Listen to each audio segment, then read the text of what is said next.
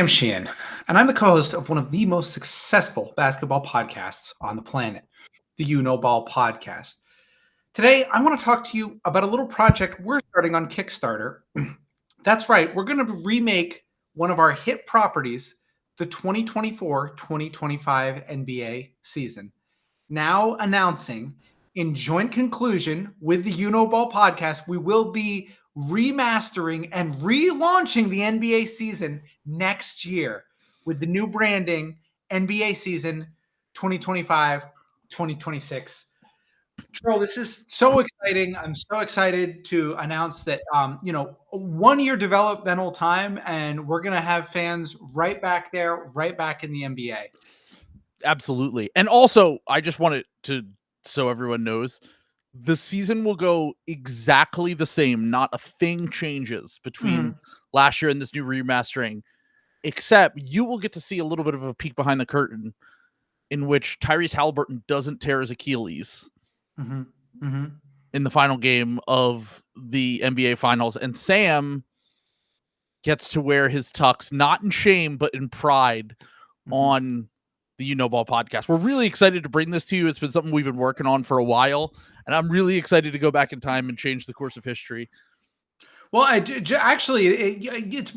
think of it as more of a needle skip. It's sort of like if you've ever seen the show Lost, they describe the island's relation to time as a needle skipping on a record.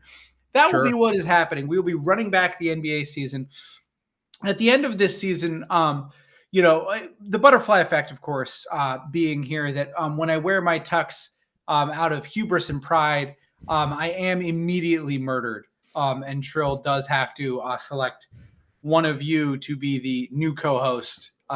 So it becomes the Trill and Six Zoomers podcast, and there's a rotating cast of characters. I wrote that part in as actually the Trill Bro Dude director's cut, so that we could get the fantasize about killing Sam. There's a lot of and starting a generational war. Yeah, there was a lot of takes that had me falling into a wood chipper one time. I got my head squished by an F-150 like a melon. We shot a ton. We shot a ton of them. You're gonna love it. A lot of death edits. There's a lot of Final Destination. One time, probably a little too much, to be honest. Yeah, I mean, when we did the I thought it was a little bit much to build the giant blender to do a shot-for-shot remake of Millhouse falling into it, like that Treehouse of Horror where the teachers are eating all the kids. I thought that was like a little too specific. A little excessive, but only the best with our Patreon money is going to be used. You know what I mean? Right, so, exactly. I'm actually excited we're here because there's Summer League games on, but I'm to the point of Summer League where I do not give a fuck anymore. Last night was probably the final game that I'll be fully locked into, with the Sixers and the Wizards playing. VJ Edgecombe making his comeback game in that. Getting a game in Vegas is just really all I needed to see one more time. And now we're at the point of Summer League where it feels like everything is kind of everything's already known about the players that are in Summer League. You really just have a few guys kind of chasing accolades at this point, basically. Most of the top picks have gone home. I don't really want to take anything, especially now from, today being Wednesday, July 16th. After this, I'm not going to take anything from any of these Summer League games. But I will overreact to the first week of Summer League, in the first 10 days to 14 days if you include the previous Summer Leagues, which were Utah and California. And I have some takes that I'm going to be throwing at Sam. And then, Sam, we will get your reaction based on my overreactions to Summer League. Do you want to hear the first one? I would love to hear it. All right. So, by the way, I'm going to say his name closer to accurate now. Tidjon Saloon? It's Salon, I believe. Has a better chance at getting a second contract in the NBA than Cody Williams, and the Jazz should not pick up Cody Williams' third-year option. Don't really know if that's an overreaction or not. I think that's objectively correct, because at least Tidjon Salon sort of has an NBA skill in rebounding. Essentially. He's had moments in Summer League where I'm like, hey, he's big, he's athletic, he at least puts up threes, and he can rebound. Yeah, Cody Williams, even the biggest Cody Williams believer, Chuck from Chucking Darts, texted me the other day. He was at one of the games, and I went on his podcast last year, and I said, Cody Williams is not an NBA player. And he was like, give it another year. Let's see how it plays. And he texted me during the game the other day, it's so over. It's over. While he was there. Yeah. So it was absolutely incredible to see the Cody Williams FC already go under 4 games into summer league, 3 games into summer league for him. And this was after he showed a little bit of optimism in the Utah summer league. But we've talked about this before with Cody, and specifically with wings, where if you are a wing who only scores, you have to be able to impact the game in some other capacity, right? Like you have to be able to, like you said, with Salon, at least he rebounds. Yeah. With whether it's get steals, blocks, deflections, work your ass off on defense, make your presence be felt on the court, make your presence be known on the court. Cody Williams doesn't have that ability or those skills, so he has to become an extremely efficient scorer. And we're seeing in his second summer league now that is probably not in the future for him. And I genuinely don't know if they're going to, like, that GM essentially got fired for that pick before they replaced him with Austin Ainge. And if they fired him, I feel like, I guess because they're in a rebuild, they pick up his option, because why the hell not? Yeah. But like, is he worthy of getting the 3rd-year option picked up is a completely different question. I mean, I wouldn't they have no, we beat this a point to death, so I don't want to like harp on it, but they have no like NBA talent for a team that's been bad for like 5 years. Here's another one of my overreactions that I'll throw out you.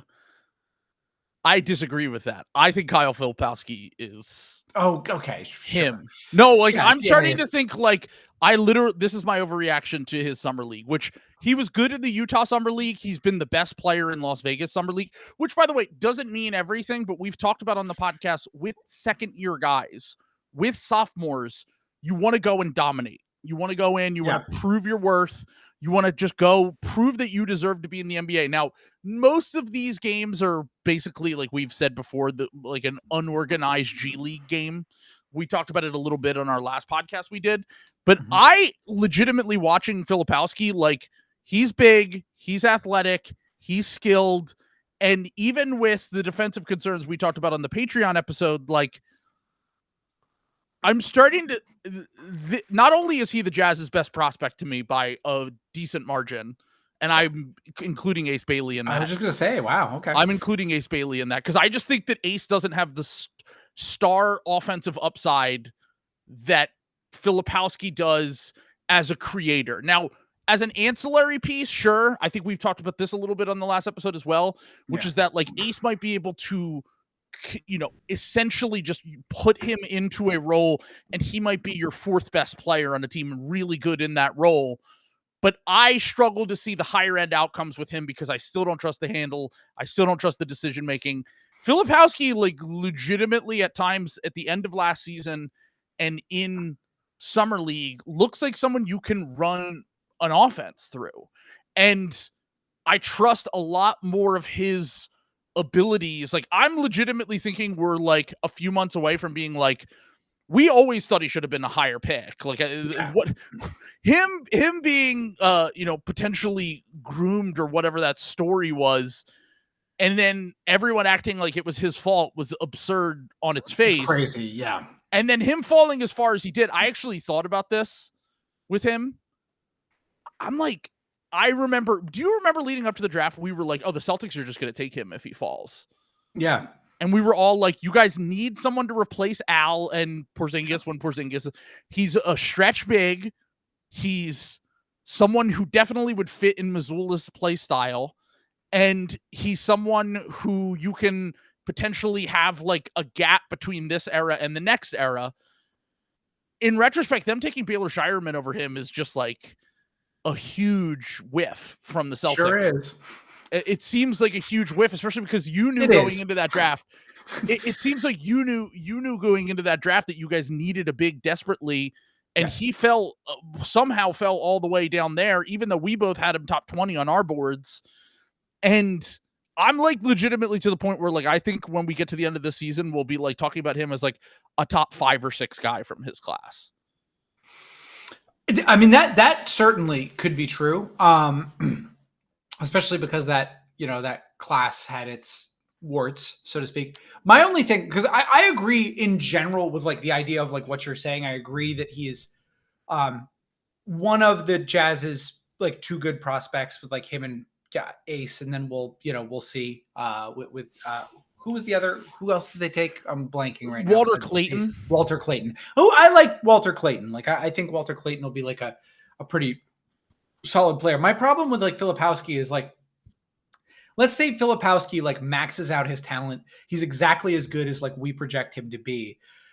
What is the realistic like ceiling for that player? Is it like Sabonis who shoots? Like, you know what I'm saying? Like how does that player kind of translate to like winning NBA games is my issue. You know what I'm saying? I'm not saying that it's like, it's not bad to have like Kyle Filipowski as like a player, but I have a really hard time seeing him fit into traditional like team success. The problem with like guys who are weird, like Filipowski, is you need to be like a true outlier, like Jokic, but and Jokic even does like so many other things that. I mean, let's just put it like this: if you drafted Nikola Vucevic with the 35th pick in the draft or wherever he went, you would be happy with it. Oh, for sure. Yes. No, I think you should be happy with it. And now the argument, if you want to make the argument on behalf of Ace, is that yes, Ace might fit better as the 3rd or 4th best player on a really good team, but the Jazz right now are so far away from that unless they have a piece like Filipowski or someone who's better than Filipowski, and maybe Filipowski doesn't necessarily fit with that mold, it just, to me, when you're doing a rebuild, I don't really care if you can acquire like the 4th or 5th best player on a good team, as opposed to acquiring someone who is like a true blue. Because we even say, you use Sabonis as the example. Sabonis was traded for Halliburton. Like, we see this all the time where guys might overextend. Josh Giddey was traded for Alex Caruso. Like, you can always take these players that might look better in certain contexts, or at least have theoretical upside, and trade those players for those quote unquote winning players that fit into, a championship level team or whatever. But the Jazz are so far away from that right now that I would value the guy that has potential to be an offensive engine, or at least a pseudo hub, as opposed to someone like Ace.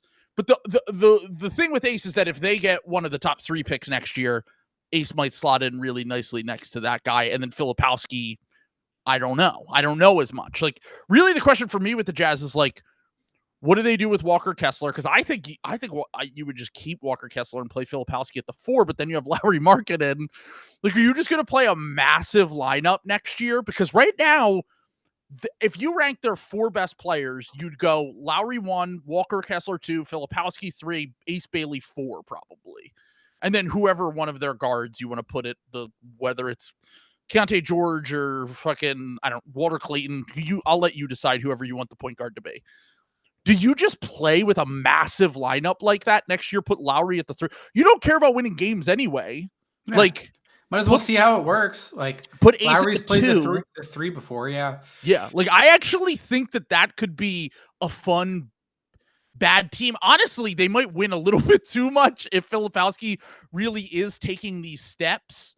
And then if you look at it like that, like, obviously Lauri isn't the greatest wing defender in the world, but that's so much size on the interior for them defensively that, like, even with their weaknesses, putting Ace on the perimeter as a perimeter defender, and like what I'm trying to say is like their help defense and their rebounding would be fantastic. Like, it would be having a 6'9" guy be your shooting guard is good. Yeah, that's not a controversy. You would basically be starting almost 2 7-footers, because Filipowski's 6'11", Lauri, who's I think Lauri's 7 foot.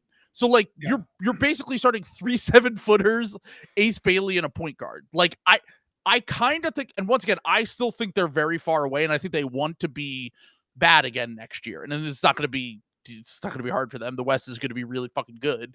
But long story short on this, if Filipowski is the guy that I think he can be, then I do think that things are starting to fall into place at least a little bit for them. Whereas I still view them as one of the grimmer talent situations in the NBA comparatively to the rest of the NBA.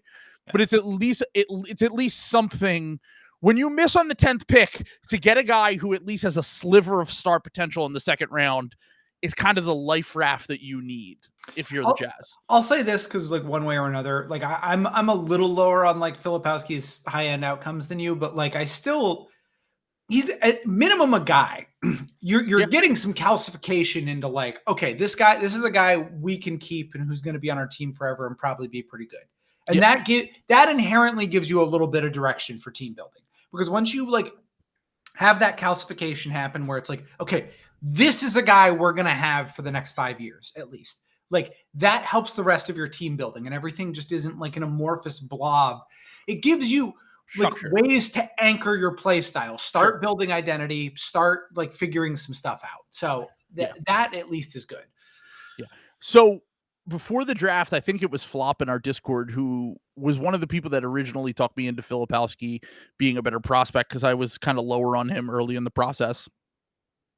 Compared him to Naz Reid and was like, and maybe that's what his ultimate outcome is like a bench 4-5 who's not great on defense, but a really good scorer.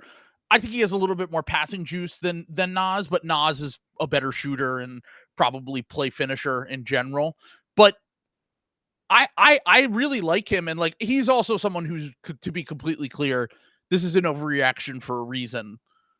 He's someone who's completely designed to dominate these lower levels. Like, he's a legit 6'11", fairly athletic for his archetype, super skilled, pedigree, went to multiple years at Duke, has a lot of experience under his belt. And just in general, I really like the potential long-term vision with Filipowski. He's very much an NBA player with possibly levels to go up. He's still 21. He turns 22 in November. We'll see what he ends up being. All right. Do you want so we just did some positive ones. Do you want a negative one? Yeah, let's go. Feed me the hate. This is very funny. Let's tear these 20-year-olds down. I'm ready to be 35 and just watching these young men, their dreams are breaking before their eyes, and I'm just going to kick them while they're down. Let's go. So it's very funny to do this with a player I loved pre-draft, a player that I still think is going to be a long-term NBA player. And I'm once again basing this off a very small sample of games. I think he played 2 games in Summer League. But I think Reed Sheppard will be nothing more than a good bench guard in the NBA. I think that Reed Sheppard will be a winning player. Like, I think that he will be someone who steals, blocks, deflections. Still, the defensive playmaking is going to happen. Like, that's an undeniable part of his game. I think the shooting will come around and get back to close to where it was in college. And I think that the passing is the passing potential is still too good for him to not be an NBA player. But I think it was Will who at one point said he watching him, he felt as though he was probably closer to like a Deuce McBride type than a, like, you know, the guys we were projecting for him pre-draft, like the really higher end upside all-star level players. I guess my thing with Reed is like the scoring efficiency still continues to be a problem. It's been a problem in the NBA. It wasn't as much of a problem in the G League, but he also was putting up so many threes in the G League. I think the context for him will be better next year when he's playing off multiple star creators and he can kind of fit into a role similar to what we saw with the early version of Jared McCain with the Sixers, where he's kind of getting his bearings about him. But to be an on-ball guy in the NBA, you either have to be like super skilled and crafty or a crazy athlete, and he kind of feels like neither. He kind of just feels like an off-ball demon who will occasionally be able to get into his pull-up, occasionally be able to run an action, but more of a secondary creator who gives you defensive playmaking and is a great spacer off the ball, as opposed to like guy who's going to run a ton of pick and roll and like run your offense in the NBA, which is what my hope for him was. Oh yeah, I agree with all of that. I almost think that's like almost undeniable. I don't know. I don't like this is again another one of our like draft like disagreements where like I don't like you value like the engine stuff like really like heavy like and I get it because you do want those guys, but like I sometimes think it's like not worth reaching for. The problem was that that draft last year was so bad. Right. Like, you know what I'm saying? If like we put it like this, where would Reed have gone if it were this draft? Because I think it would be like 7. Yeah. I think it would have been either Trey Johnson or Jeremiah Fears would pick. So 6 or 7. He wasn't going ahead of Ace. Fears. It would have been we probably would have gotten some Khan versus Reed arguments because Reed was a little bit more statistically proficient in college, but Khan also had the size on him. And then he was never going over VJ. He was never going over Dylan Harper. He was never going over Cooper Flagg. And he was never going over Ace Bailey. So he was at a minimum going in that 5 to probably 7 range. And if those are the expectations for him and he just becomes the player I just described, you're like, okay, sure. That's fine. That's fine with the 7th pick in the draft. He went with the 3rd pick in the draft, got drafted to a really good team. The expectations are completely shifted.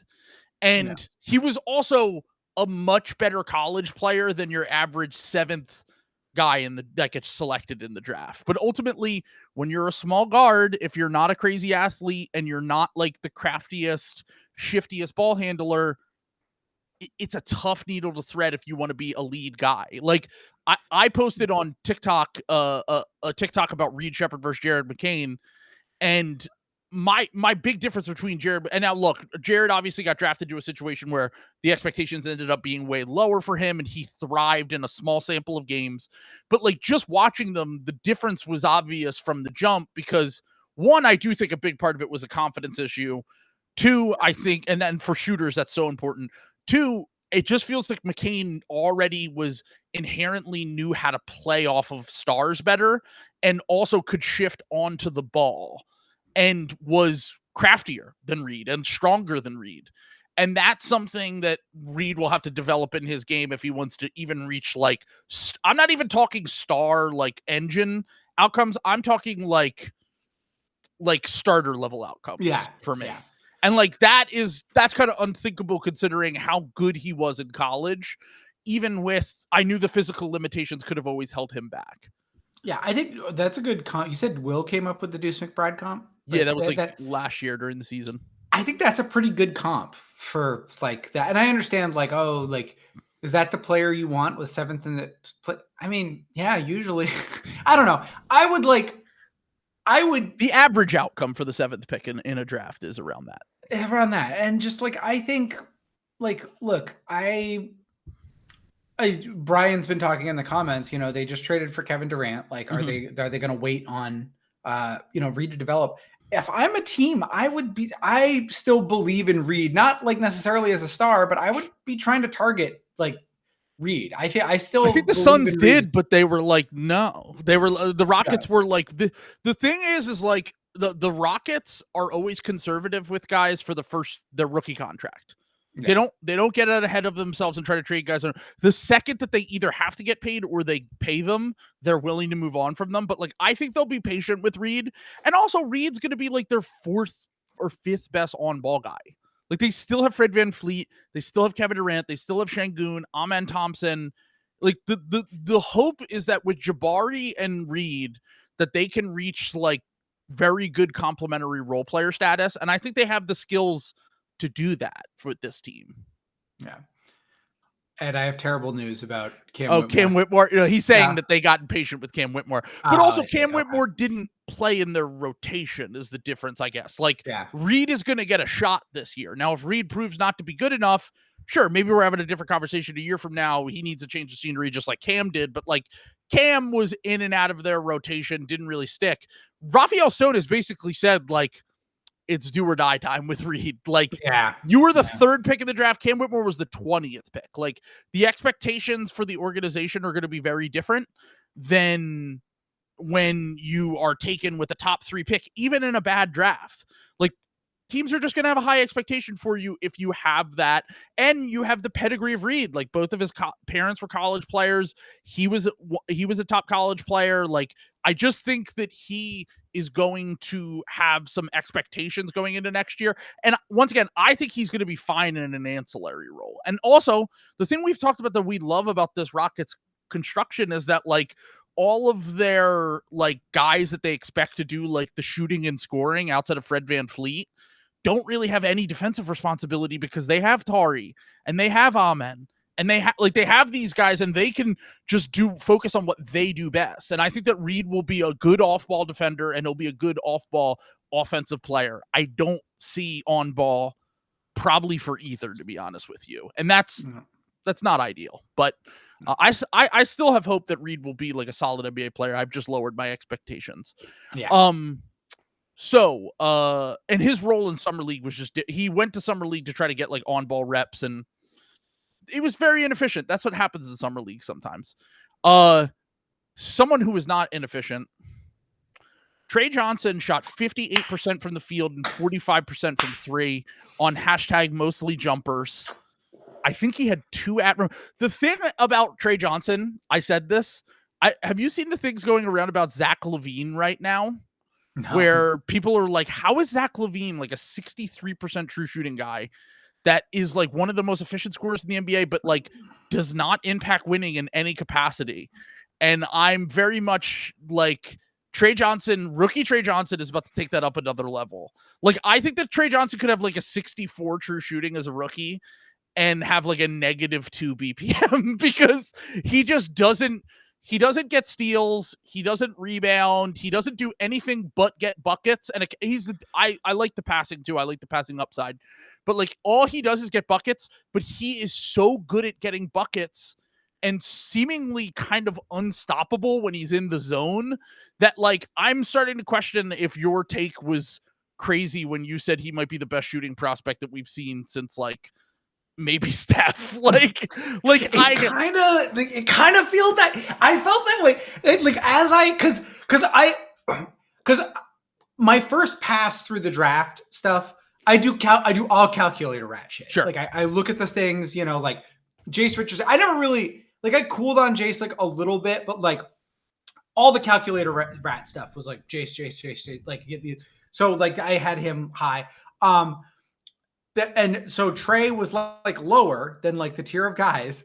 And then when I actually started watching the games, I was like, oh no, this like I turned into ball don't stop like immediately. I was like, this is unreal. This is skill. This is nothing we've seen. And like, this is like, I do think that he could be the #1 scorer on like a championship team. You know what I'm saying? Like okay, I don't know about championship, but playoff team. Yeah, I could definitely see that. I mean, like if you switch 2 or 3 years in, Trey Johnson with SGA. I know SGA was MVP, so this is going to sound ridiculous. I'm just saying, if his only job is to get buckets. I was supposed to be the one coming up with the overreactions, not you. I'm just saying. Well, you brought up Trey Johnson, so that's on you. That's your fault.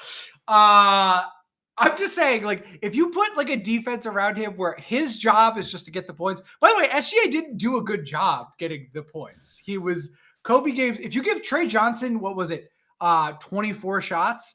Is he missing that many times? I'm just saying. This is so perverted, dude. I'm just saying, like.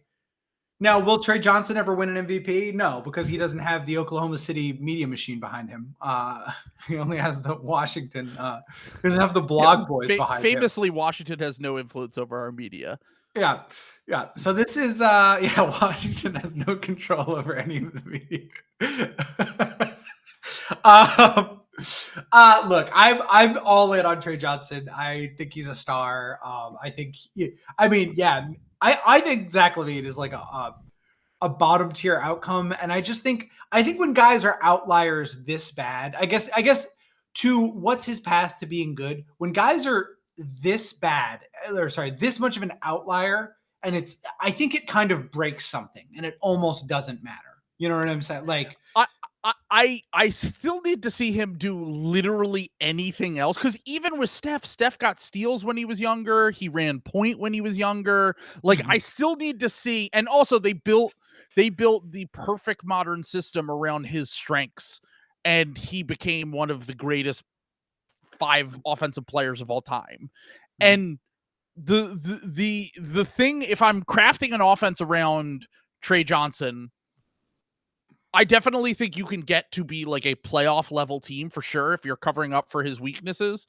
But his weaknesses are, I would say they are a little bit alarming, considering how little activity he has when he doesn't have the ball. Like, and maybe the off-ball gravity and running plays for him is a way to kind of mitigate some of that on offense. And then defensively, you're just like, let's make him the worst defender and hope he gets stronger. They basically said during one of the games, they said they talked to Trey, and Trey was like, yeah, the front office basically told me, we don't give a shit that you can get buckets. Show us you could be a defender.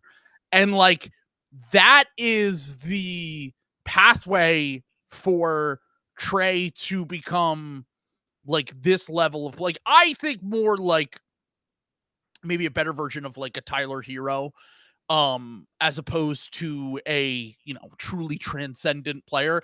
But I mean, every time he shoots, I think it's going in. Like, it's kind of unreal. When he misses, I'm like, was that a glitch in the Matrix? Like, and once again, there is still a Cam Thomas level outcome for him too. I don't disagree with that. He might just be more efficient scoring Cam Thomas because he's shooting threes instead of mid-rangers.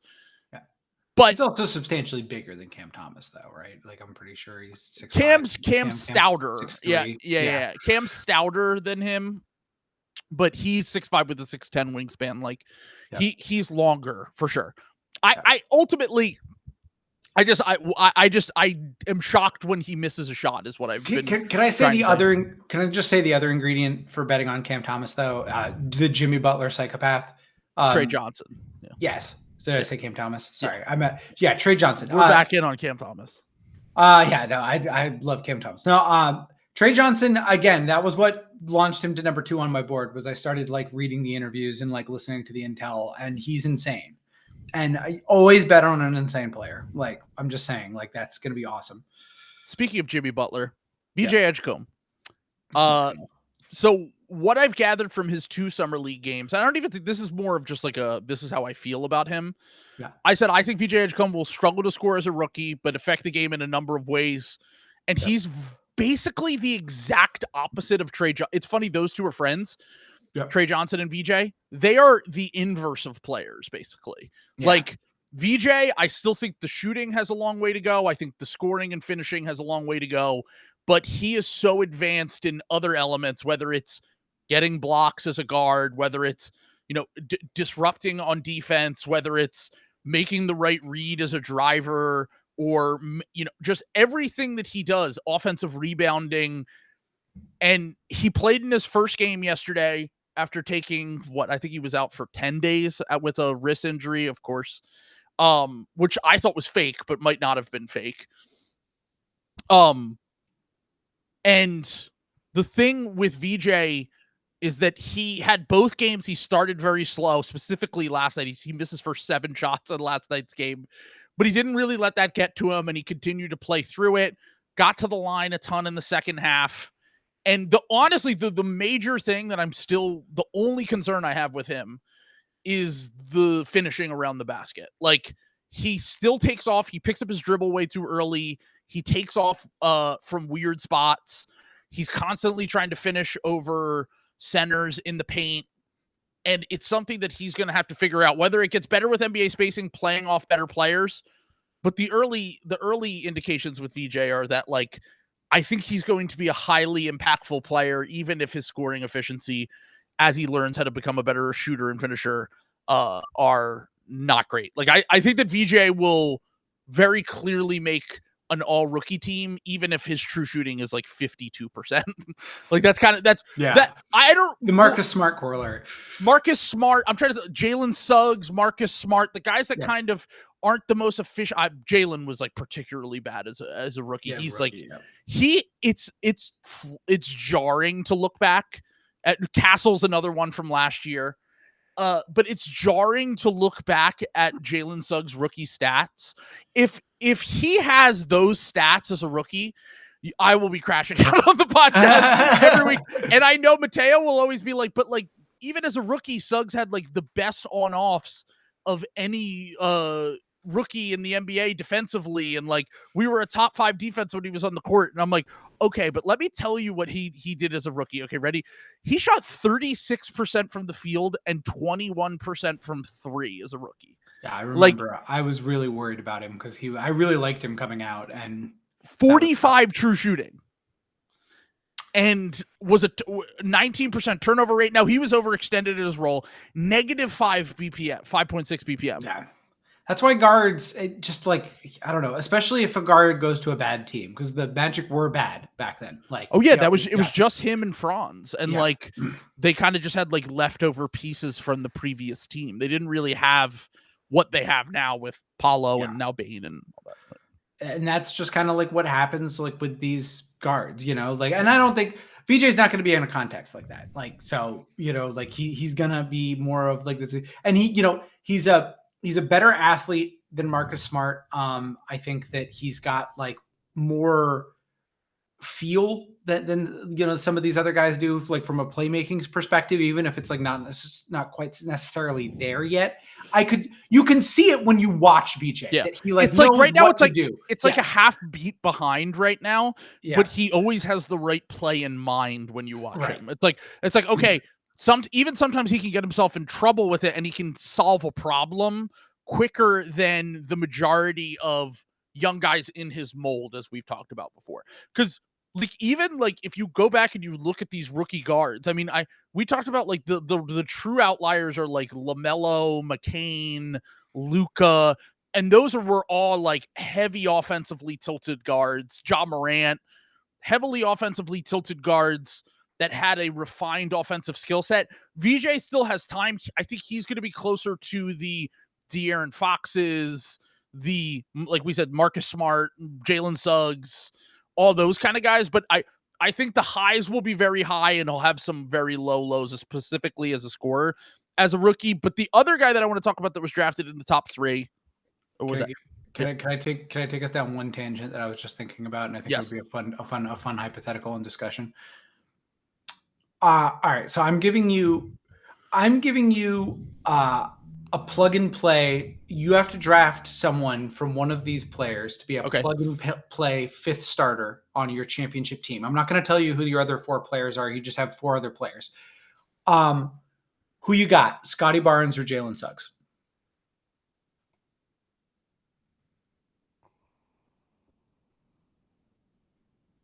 I was thinking about this when I was thinking about, we were talking about Jalen Suggs, and I was like, wow, they picked Scotty Barnes over Jalen Suggs, and that looked brilliant like a year after. And now it looked good for 2 years, to be honest with you. It was like a year and a half, 2 years. It looked really good. And then Suggs caught up to him a little bit. And now Barnes is completely in the wrong role for him on a team that doesn't really make sense. And he's struggled quite a bit. Yeah. I mean, if it's a 5th starter, I think I'm going with Suggs. Yeah. I think, because I don't think third guy on a playoff team, I'd probably go Barnes. 5th guy on a championship team, I'd probably go Suggs. Yeah, I think that Suggs, like right now, and maybe Scotty figures some stuff out, but I think Suggs right now is like better able to contribute to winning, which is like something that I would have said you were insane for like a year and a half ago. Like, yeah. And also like, I think that the thing that Suggs, even though Suggs' offense still is very dependent on his shot going in, which I don't think even when he's younger, VJ's offense will be particularly dependent on that, because I think the passing and playmaking and all the decision making stuff, the athleticism too. Like, sure. Suggs is a great athlete. I mean, he is, but he's not a VJ athlete. I think he's a tier down from VJ. He's a good athlete, but like I think VJ's like in tier 2, like only behind like the Thompson twins and like Russ and like the true freaks. Yeah. So the thing that I think about is like, I want a guy who is going to, we just saw with the way that OKC built their team, the point of attack defense shit. And like Scotty's a very good help defender. He's a very good off-ball defender. But like you're not throwing Scotty on Jason Tatum and being like, go shut that guy down. No. You're probably able to put Suggs on a variety of guards and wings. And he would essentially function like Alex Caruso just did. Yes. On this. And like Caruso is someone who probably was underrated because he was one of the better guys. I think he's older and he's probably a little bit better at Suggs right now, but Suggs, the idea of him is essentially that kind of player. And Barnes fits more into the Aaron Gordon role, but Aaron Gordon also went to a team that had Nikola Jokic on it.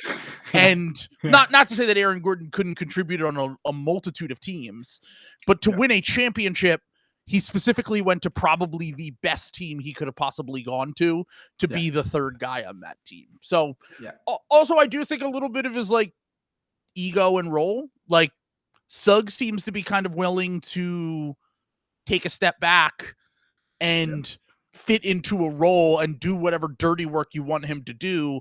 That's why I love VJ, because he seemed like he was kind of in a similar mold. Barnes is probably closer to like, I want to get my shots.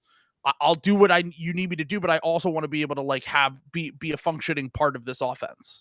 Well, and to jump off your own parallel. I mean, and you know, maybe that changes as he gets older and with context, like it did with Aaron Gordon, because Aaron Gordon on Orlando was very much I want to get my shot. Sure. I want to, you know. Yeah, I don't think that Scotty is like, I need to be the alpha. I think that he's probably just at a point in his career where like he made an all-star team. He won Rookie of the Year. He got a max contract.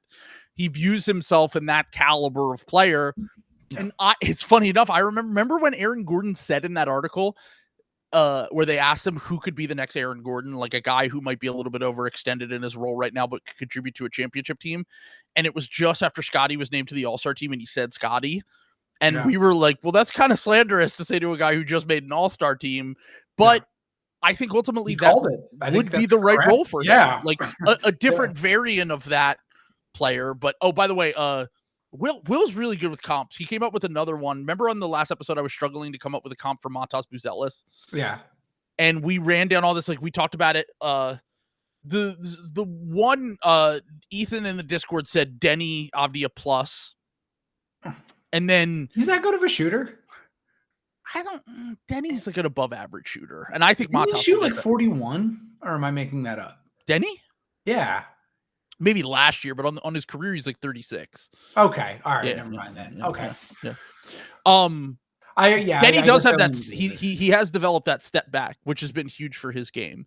Yeah. But just real quickly, the comp that Will came up with for Matas was a Pascal variant. And I was like, I like that. That to me makes more sense. Interesting. Like a Pascal Siakam variant. And keep in mind, Pascal was also super thin when he was younger too. Like he filled out. And like, so like a 4 that is like a playmaking, has playmaking potential, but isn't your lead playmaker. You can run offense through him from time to time. He can get buckets. He's going to be a glue guy on defense. Like I actually kind of like that. Yeah, that's a pretty good comp. I like that. Yeah, it's because I think people forget like what Pascal was when like because on those like Raptors championship team one was the specific one he used. Like maybe even slightly before that, because during that run Pascal became Pascal. Yeah, but like maybe like once again third option kind of guy. But that was an interesting thought, and we love a good cross race comp for a player, and that's what we were trying to come up with, and I thought that was a better one because I didn't want to just be like he's like Franz or Tenny. But so all right. No, I think Pascal's definitely the best comp for that we've kind of come up with because he does have that like ball skill like a little bit like Pascal kind of showed, you know, like so interesting. So the other top 3 pick I wanted to talk about was Dylan Harper. Cooper Flagg had a bad first game, but looked awesome in his. Honestly, not even bad. He just didn't score efficiently. He looked awesome in his second game, scoring wise, and it's going to be a learning curve for him as a scorer for sure, because he's going to be the guy with Dallas. And I think early it's going to look ugly, but he is similar to VJ. He impacts the game in so many different ways, but he's also 6'9". So he doesn't even have the concerns that you have about VJ with having to put on, you know, more weight and grow into his body and all that stuff. Like he's already built that way. And another guy who's kind of already has a pro body is Dylan Harper. And Dylan Harper looks incredibly in control. looks all of the downhill stuff translated. The playmaking honestly was fantastic in the first game. Like he was making passes that I felt like I only saw him make time like here and there in college. He was really like picking apart the defense in a way that it makes me more optimistic for his playmaking upside, which is the thing that I think that he's going to need in order to reach those star level outcomes, because we've already talked about, like, if you're a rim pressure guy, you got to either become, if you want to really be a star in the NBA, you got to have both shooting and passing. And I think that the passing is already coming along nicely. He's made no off the dribble jumpers in summer league, and he made one catch and shoot 3. Now, 2 games, not going to overreact. But once again, just like I'm worried with VJ with the finishing, where it looks like he still looks like he was in college, where he's leaping way too early, he's gathering way too early, he's not processing correctly. The Dylan Harper thing, we have 2 games of him continuing not to be able to shoot off the dribble. He couldn't shoot off the dribble at the combine. He couldn't shoot off the dribble in college. He did a little bit in high school.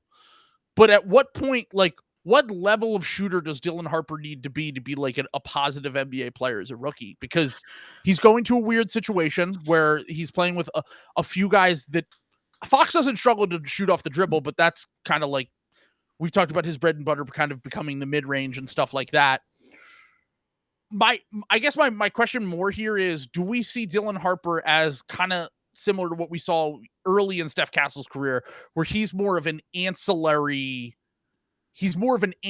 guy than a primary guy to start while the shot develops? I feel like that kind of neuters him, though. Like, you know what I'm saying? That's like, always been the thing. That's why I hated like when everyone was like, "Oh, the Spurs are just gonna take him." I'm like, really? Because that seems like I understand, like, you don't want to draft for fit, like, especially when you have the second fucking pick in the draft.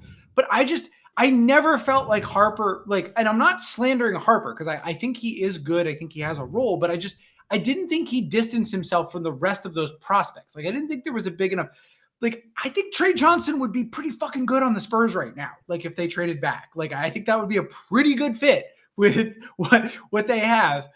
And I just, like, you traded for De'Aaron Fox. Okay. That's the other, like, big thing. And, like, you can figure that out later, but I think you're not doing Dylan Harper any favors, because I think Dylan Harper's a really good player. And I think that, like, I don't know, I see him as being kind of a Nash dribble guy, like, with size, who kind of, like, can walking paint touch, like, has the craft to kind of do all of these sorts of things, but he also kind of needs, like, a little bit of room. And the Spurs, like, they have Wemby who can, like, shoot, but, like, and they're going to have Luke Cornett, so their bigs are going to be fine. But you also have, you know, assorted guards who can't shoot. You have Steph Castle. You have De'Aaron Fox, who, like, can they're kind of shoot, like right now they're kind of like the Sixers, although the Sixers guards are much better shooters, obviously. But they're kind of like the Sixers in that, like, 4 of their 6 best players are guards. Because if you extend that to Devin Vassell too as their the bench guy, but there's not a lot of, like, the thing about the Sixers guards is there's a lot of different. You've got, like, different archetypes. They're all off-ball players too. Yeah. They're all, you know, they're all kind of off ball, but they also, like, all kind of do different. Like, Maxi's a paint touch demon who can also shoot. Like, Jared McCain's a relocation guy. Like, Grimes is a cook off the bench guy. VJ is going to be like a Swiss Army knife, Marcus Smart style guy while he's, like, he's their Castle, basically. Their Castle. Exactly. And I think Castle could fit with one of those 2 guys. I don't know. 2 is where you start to, it gets a little bit messy. We've talked about this before. But I guess my bigger question for you is like, what number? I saw someone talk about this earlier. What number do they walk away from with their? Because when we made the trade, I was like, I think it's fine if they get De'Aaron Fox on a non-max, and you were like, but they're gonna max him. Like, they wouldn't have traded for him if they're not gonna max him. And I was like, you're probably right. But now, well, they saw how things played out. I mean, they probably can squeeze him. That's what I'm thinking. Is like, is there, like, a number where they just go, we'll trade you? Because he's a free agent a year from now. I think he's a player option. How many years? It's been a while, right? Is he a 10-year guy? Yeah, maybe he's a 9-year guy. No, he's a 9-year guy. He's 2017 draft. Yeah. But it would be next offseason? So he could opt in and hit free agency the following year. Be a 10-year guy. But there's cap space next summer. There are teams that could threaten to sign him. Yeah, and maybe that's the compromise is you just get extended at 30, and that's not as damaging as 35. Sure. But like, I'm saying 30% of the cap, by the way, not 30 million. But like, you know, I know you know that. I was explaining for our listeners at home, but like, you know, that's still gonna end up being like $40 million. Like, that's and that's like not. We just saw the league fade basically all of the De'Aaron. Now, De'Aaron Fox is the Charizard of this archetype, to be clear. Like he's like the best. Like him and Maxey are towards the top of the league in terms of this archetype, but like they are ultimately a non-desired archetype right now.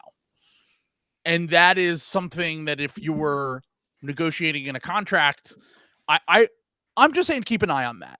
Yeah, because I'm with you. I think I would just let Dylan Harper cook and be like, De'Aaron Fox, figure out how to you know, work yourself into this team, because we just got this guy with the second pick in the draft and we think he could be better than you. A situation that De'Aaron Fox has had before. Yeah, the Halliburton thing, you know. Yeah. I mean, I think you need to find a way to maximize Harper's touches, like one way or another. You know what I'm saying? Like maybe that means bringing Harper off the bench. At least, maybe his defense looked really good in summer league, which is a very good sign, though. Yeah. I just think, oh God, he's 37 million expiring. Wow. No fair option. That's tough. Well, that's the thing, is that like, if there's an exchange out there, like, is there a wing that they could get, or a forward they could get with him? Because once again, we've talked about this ad nauseum, where we're like, they probably wouldn't do the trade if they could go back, if they could turn back the clock here a little bit.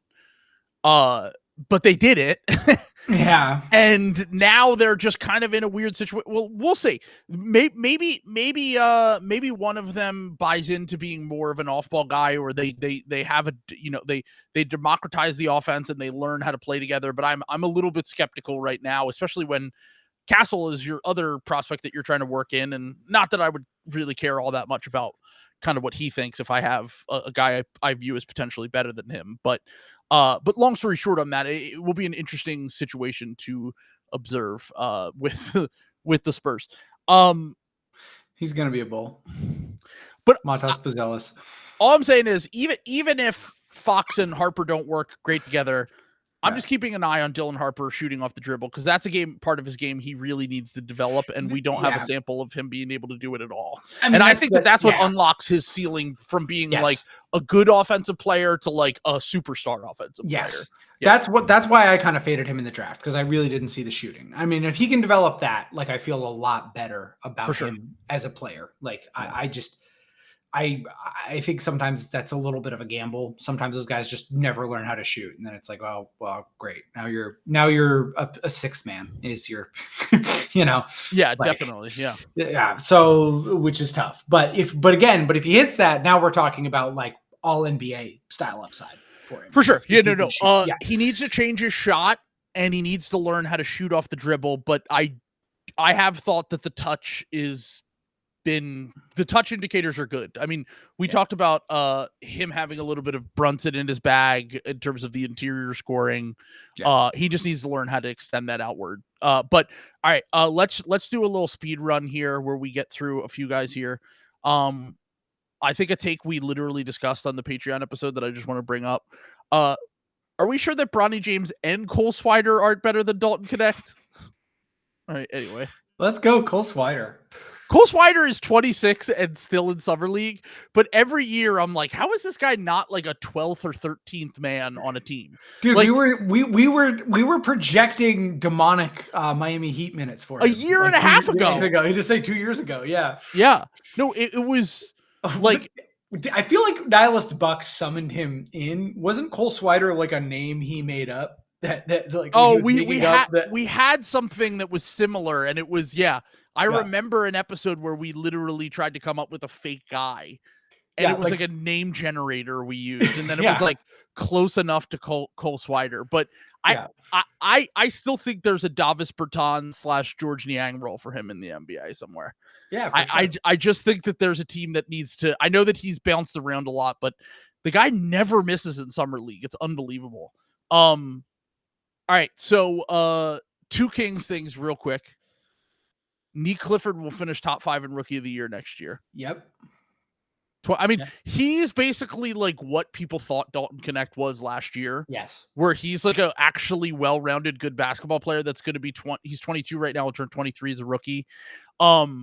Unfortunately, he got drafted to a team that is a disaster. Yeah. That's tough, But he's shown he's just a very good basketball player and will be probably someone they need to play next year. He's kind of becoming the new Keegan Murray, where he's just like a solid, normal guy. That's exactly while everything else is fucking dying and exploding. Who won Summer League? Who won Summer League MVP? Yeah. Yes. So that's same thing. Also, immediately after I was like, I'm worried about Devin Carter. He's balled out in the last. Yeah, I saw that. I saw it. Like the Trill Curse is doing well, alive and well. Because I was like, my legacy is on the line here, Devin Carter. If you're not an NBA player, and I had you that high on my draft board, I feel like last year we did a lot of hedging. You know what I'm saying? We like if Topic, that's what I'm saying. If Topic is not an NBA player, I'm not changing up my you know what I'm saying? I don't care. We kind of specifically went against the grain because we were like, no one knows anything, which is why it was so much fun. Yeah. Yeah. And then I got bored and moved him up to 1 on my board in the draft. I was like, that might have been a little bit of a mistake, but he's looked amazing the last 2. The shot going in makes me feel better because I was like, if he just can't shoot, it's fucking Jover. But the shot going in the G League and the shot going in the last 2 games, I'm like, oh, thank God, he might be able to shoot. So. Yeah, I mean, like it would be nice that it would change the Kings fans mantra from billions must die to billions will smile. So let's everyone smile, light the beam. Don't like the subatomic accelerator. Oh, Jesus Christ. Okay. Here's another one. Alex Sarr is Jalen Green for nerds. Ooh, I like it. Every time I watch Alex Sarr, I am incredibly underwhelmed. I don't think that I've said he has Patrick Williams gene. Yeah, I feel like his motor is not good enough. He definitely has some general skill, and he's a crazy rim protector. Having said that, and defensively, you'll see clips. Only 4 players in the NBA can do this, is the common thing I continuously see with him. Yep. And I'm like, this is what I heard about Jalen Green, but from hoopers for years. There's the only 4 guys in the NBA can do this. Start as a bad player. I'm just saying, I think that and also the common thing, and prior to last year, we always talked about why we wanted Atlanta to draft him. But the closer I got to the draft and the more I watched him, it was like, I don't even know if Trey would help him all that much. Now, look, he's still a lob threat, so sure, Trey probably gets the most out of that player. But, like, he wants to play like a shooting guard. It's honestly, you know who it is? They don't have the same body type, so it's, like, not a comp. But, like, there's a lot of DeAndre Ayton to him.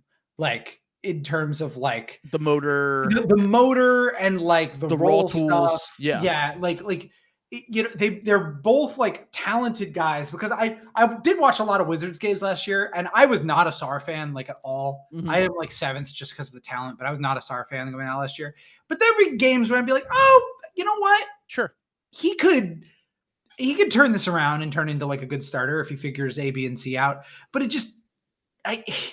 it's clear that like the mental he doesn't want to do that, you know, and if a guy doesn't want to do that, then it's not going to happen. I'm sorry. Like, right. Like, so my thing is like, I talked about this a little bit, like the idea of what he can become seems so tantalizing because there are so few guys in that archetype that can do, you know, shoot a little bit, pass a little bit, handle the ball as a big, but also I struggle to see, like, his offense is so far away right now. And I do think the defense has potential to be special because he's like legitimately very, very skilled on that end. But like, I I had people victory lapping after a game and a half of Summer League. I'm like, this guy, first off, a game and a half of Summer League where he was bad in the first game. And then he kind of didn't give a shit in the first half of the second game.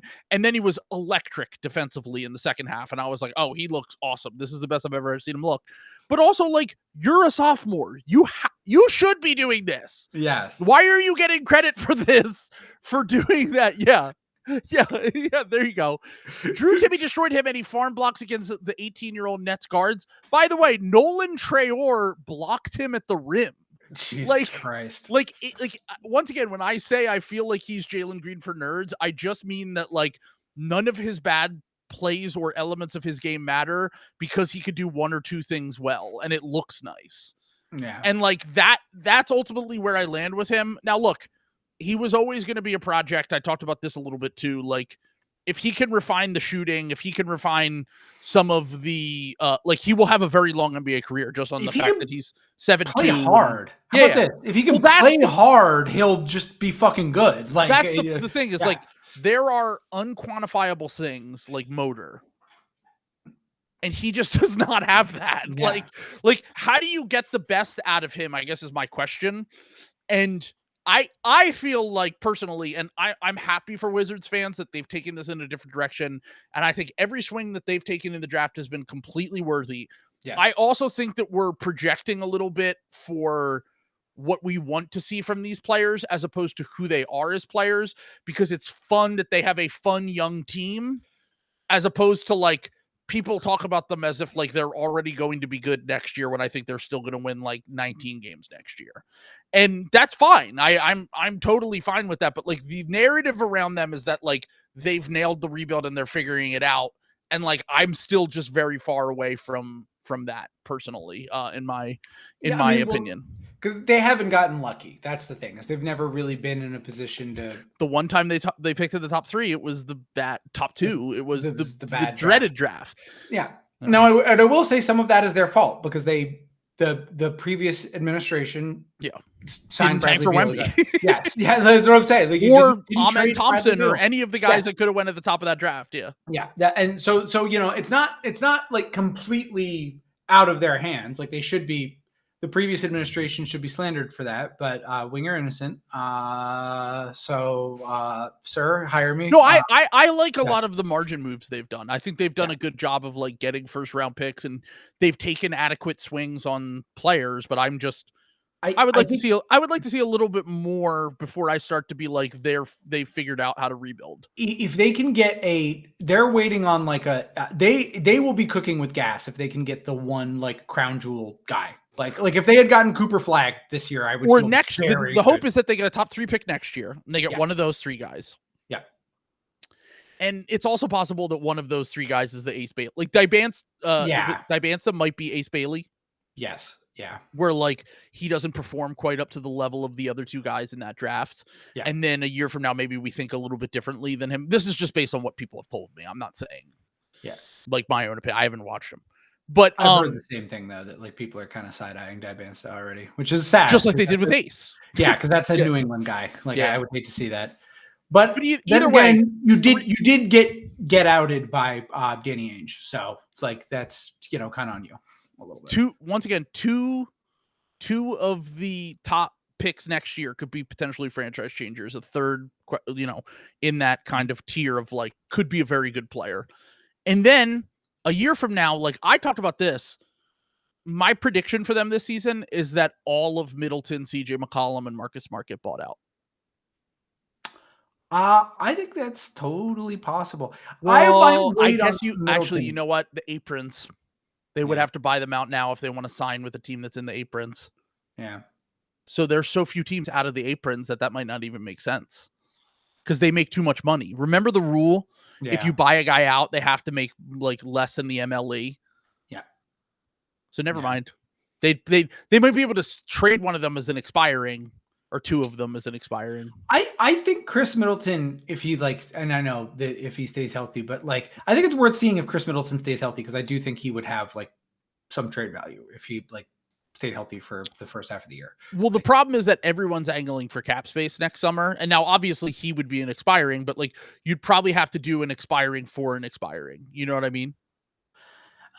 I think the Wizards would eat a little money. They don't really care. No, I think their plan is to try to get $100 million in cap space next summer.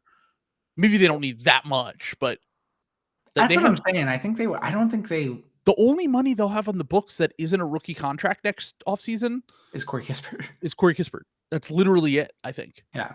If I remember correctly, that's why they did the CJ McCollum for Jordan Poole trade. They're not going to be able to use all of that. Like a lot of that stuff is going to be spent on like balloon payments to like they did with Jonas Valanciunas, like that type of player where it's like you give that guy a little bit more than he would normally make, and then you end up trading him a little way down the road. Yeah. I don't think. I mean, it would be great. Like maybe they could get someone like Smart's the easiest to trade because his salary is the lowest, but it sounds like they might buy him out this offseason, as we discussed before. This is going to be one of those like reaping sowing things where sowing Marcus Smart getting bought out. Yes. Reaping Marcus Smart signs with the Los Angeles Lakers. I was going to say it's the Lakers. Yeah. Because I was thinking about what team would sign him. And I was like, I feel like the teams that would be interested in would be like the older teams, the Lakers, the Warriors, the Knicks, the Bucks would. The Bucks would definitely be interested in him. Yeah.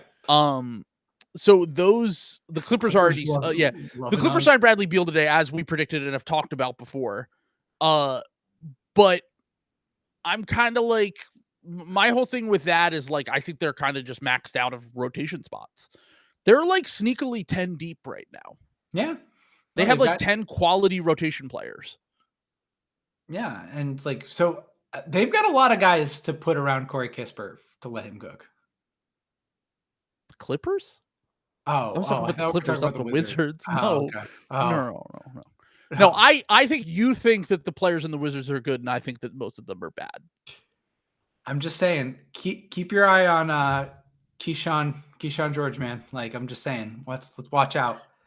I think he's gonna be good. Like, we talk about how shitty wings are all the time. I think he's gonna be a real wing. Like, he's passable. Yeah, he's once again, I hate all wings, but he's solid. I hate all wings. We need to get you a Wojak t-shirt. I stole that from Ahmed. The slip the screen basically came into the Discord and was like, I hate all wings, and I was like, you're cooking actually. Yeah.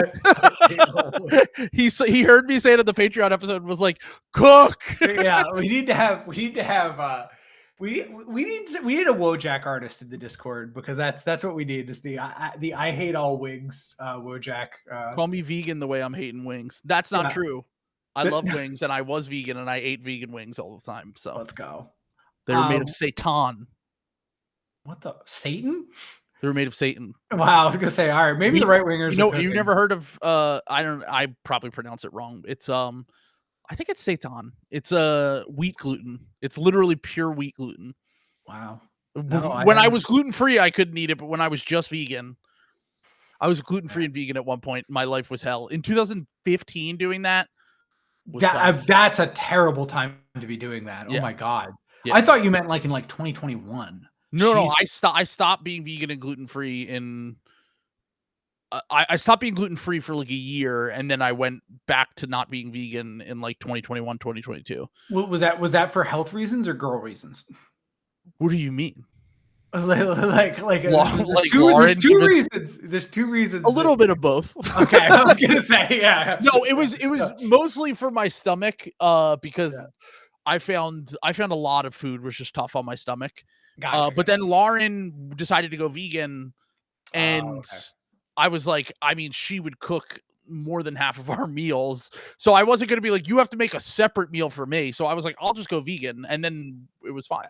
I didn't realize you guys had been together that long. That's crazy. Yeah, we've been together 10 years. That's amazing. For the first birthday present she ever bought me was literally months after To Pimp a Butterfly came out. She bought me a To Pimp a Butterfly t-shirt. So that is a nice way to show when we started dating. Oh, amazing. Yeah. This is I'm learning so much lore. This also means that you and Lauren started dating exactly when, like, me and my last long-term girlfriend. So, good timing. I was just gonna say we're like Mr. Glass and Bruce Willis's character. Only one of us. Yeah, only one of us. Sam Jackson in the wheelchair. Like, we were also in both in New York at the time too. Yeah. It was literally just like our gravitational forces. I was on one side of Manhattan, you were on the other side of Manhattan. Well, you mark To Pimp a Butterfly as like your relationship kind of beginning. You remember that. I remember getting broken up with and walking away from the breakup listening to A Fucking Emotion by Carly Rae Jepsen. It was Run Away With Me, the fucking saxophone thing. By the way, this is very funny because I saw a video about this. I feel weird. I'm 35. I can't just keep talking about how I was scrolling on TikTok all day. But it's good. It's a good website. I'm sorry. I'm addicted. Yeah. So I saw a video, and this person was cooking. They were a pop music fan. I'm like pretty picky when it comes to pop music, but I like a ton of pop music. Like even though I wasn't a big fan of Brat, like I love the remix that she did with Billie Eilish, the Guess. That song's great. Like I can always find something from one of the top pop artists that I like Diet Pepsi by Addison Rae. That song slaps. Every big pop artist, I can find someone that I like something from them, but she was cooking because I used to be this way, where she was like, why is it that people that hate pop music and think it's for like plebeians are always into Carly Rae Jepsen? Yeah. Like, no, and they that's think true, it's like high art. Yeah. And that was like such a thing back in 2015, 2016 in New York, where it was like everyone uniformly hated pop music, but loved Carly Rae Jepsen's emotion and that era of her sound. Because it rocked. I mean, and that was me. I think I watched that exact same TikTok, and I was like, "Yeah, no, that's probably me." She was cooking. Yeah, she was cooking. And honestly, I've grown to like a lot more pop music since then. When I was growing up, Kylie Minogue was my favorite when it came to that side, and she was kind of like new age Kylie Minogue with the electronic like 80s style sound. What's my favorite Chappell Roan song? Come on, Good Luck, Babe. That's why you're my guy. You correct answer. Goated. I literally said that song sounds like Kate Bush Kate Bush mixed with ABBA. Like it has like a very unique 70s 80s quality to it that just strikes a chord. I absolutely love that song. Another thing that's important about Carly Rae, and I think one of the answers to why like Emotion has such like resonance for like that period. We were in the true fucking dark ages of pop music, dude. Like Ed Sheeran was like dominating. Like everything was dog shit back then. Like, there was a song, I can't remember who does it, but they played it at every wedding I worked, and I fucking hated it. I despised Ed Sheeran.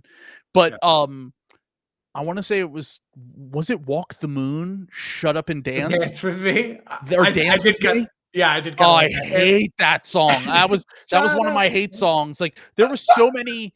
And also the other funny thing is that the biggest pop song from that era, and this blows my mind, is literally just a Trinidad James song. The Uptown Funk was literally line for line All Gold Everything by Trinidad James. And I showed it to my parents recently, and they were like mind blown because of course they knew Uptown Funk.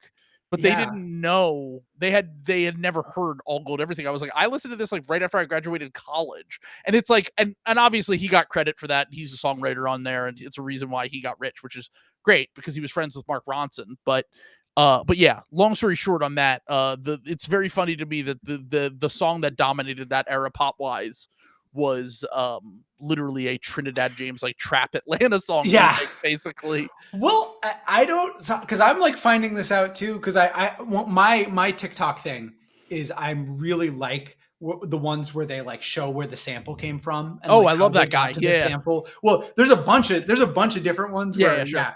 where they do that, like where they do it down, and somebody has been doing the Daft Punk ones, and some of them are really cool. Yeah, but then like Harder, Better, Faster, Stronger is just like fucking literally just a lift from it's a like rip. Like from like this other guy who's like making all those cool sounds like in the 70s, and I'm like, oh, what the fuck? Like it kind of like changed how I think about like Daft Punk a little bit, because I was like, what, I thought you guys like chopped this up and like made this like one of my favorite early hip hop songs is Planet Rock by African Bambaataa. It was like an early 80s hip hop song, and it's like one of the only ones that really holds up to this day, because if you listen to the early hip hop, it's mostly like I was walking down the street and the beat of my meat. And it's like very like bad and like corny and shit.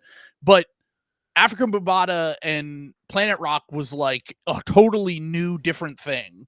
And it was basically, it was a lift from Kraftwerk in the 70s. But they made it like cool and fun, so no one cared. And then Kraftwerk, they cut a deal with Kraftwerk where they were basically like, every time that we sell a record, we'll give you $1. And so they made their vinyl like super expensive so that they made money off of it. And they just had, but that was before a sampling precedent was set. At least nowadays, like Daft Punk had to clear that sample, right? So like the artist had to approve of the song, or else they can't make the song, right? Mm-hmm. Back in the 80s, before the sampling precedent existed, De La Soul took it to the Supreme Court over their sampling shit. Before that precedent was set, you literally just had to work it out with the artist. Like, my favorite story on this ever is that Lou Reed owns all of the royalties on Tribe Called Quest. I want to say it was Anita Applebottom, which is just basically because they used Walk on the Wild Side, like 1 for 1. The Can I Kick It? I'm sorry, it's Can I Kick It? And so that, once again, like, early days of sampling were basically just straight rips. Yeah, like they didn't really start to perfect that until like the last 15 to 20 years. Well, and the straight rip is kind of coming back though now, in like what I call the gym music, where it's like the dog shit EDM. Like, sure, you might not ever like interact with this, but a lot of like the EDM songs are now just like straight up like Planet Fitness ass music. Yeah, exactly. The Planet Fitness ass, and there's like some of this like Live Your Life, like, all respect to T.I., but like Live Your Life is just one of the worst songs. I hate that song. Yeah. I always hated that song, and I love T.I. So when Paper Trail came out, I was kind of heartbroken because I was like, this is such a fucking sellout. Yeah. But anyway, continue. Well, and it's just, he's doing fucking Dragostad and Tay, you know what I'm saying? Like, it's just, there's a new version. No, that's Live Your Life, the like Sure, it's Dragostad and Tay, which was like a meme song, like, right. Like, I remember that. 2000, like that, and like Numa Nu. Wasn't that? The Numa dance. It was like the viral video was like millennials. We had some real dog shit. Like, our viral videos were real dog shit. And we had to be clear, we had one viral video a month. Yeah, it was like, and it would last for like 3 years. Yeah, we didn't get them very often. Yeah. There was a guy called Tay Zonde who had like a deep voice, and he sang this song called Chocolate Rain, and we loved that. That was like the funniest thing in the world to us in like 2000. I want to absolve myself. I did not think that was funny. I didn't even know who the Chocolate Rain guy was until Tosh.0. Yeah. So I want to point that out. I'm innocent. Okay. There was like the Numa dance, like Charlie the Unicorn. We only had a few. Charlie Bit Me was another. Charlie Bit Me was that was like a early quadruple platinum. Then they auto-tuned it. They auto-tuned everything. That was auto-tuned the news. Auto-tuned the guy that was hide your kids, hide your wife. Like, we were like, everything is being auto-tuned, and it is the funniest thing that's ever happened. I Like Turtles is a good OG one. Actually, I Like Turtles might hold up, I think. Yeah, I think that one is that one holds up because it is like, it's kind of futuristic in its comedy. Like, that is like Zoomer comedy almost, in a way. That kid might have been like the origin of like 50% of TikTok comedy. Wow. That kid right now is tweeting from the official White House fucking like press releases, like just the most vile shit. But that kid's dapping it up with Charlie Kirk right now. Yeah, that kid is 38. He's balding already. Yeah, right. But anyway, it was a fun little thing. Before we get into our music hour, we already started with the music hour. I just want to talk about wrap some summer league stuff up. Yep. Noticing, little bit worried about how Malawatch looks. I know that I said before I won't care because they don't have a creator. Summer league guards fucking suck. He needs good guards. I can't judge a big or a forward if you're playing off of these terrible guards. It's more about the fact that it feels like he never knows where to be on the court and he reacts a step slow.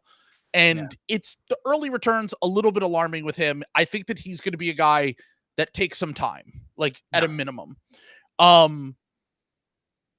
The other thing I was going to say, Jace Richardson, he is not a summer league guard. He is a real NBA guard. And that, I think that there's a chance that we look back on this and we go, he got drafted to such a perfect context for his game with Orlando. He has Tyus Jones to help run the offense off the bench next year. He can kind of be a complimentary player, playing the G League a little bit. And then I think 2 to 3 years from now, we might be looking back at him being like a top 10 guy in this, in a redraft. Like, I still had him 16 on my final board. I want to say maybe 17. But I was concerned about the size stuff. And like, so far, at least in summer league, hasn't shown it to be a problem.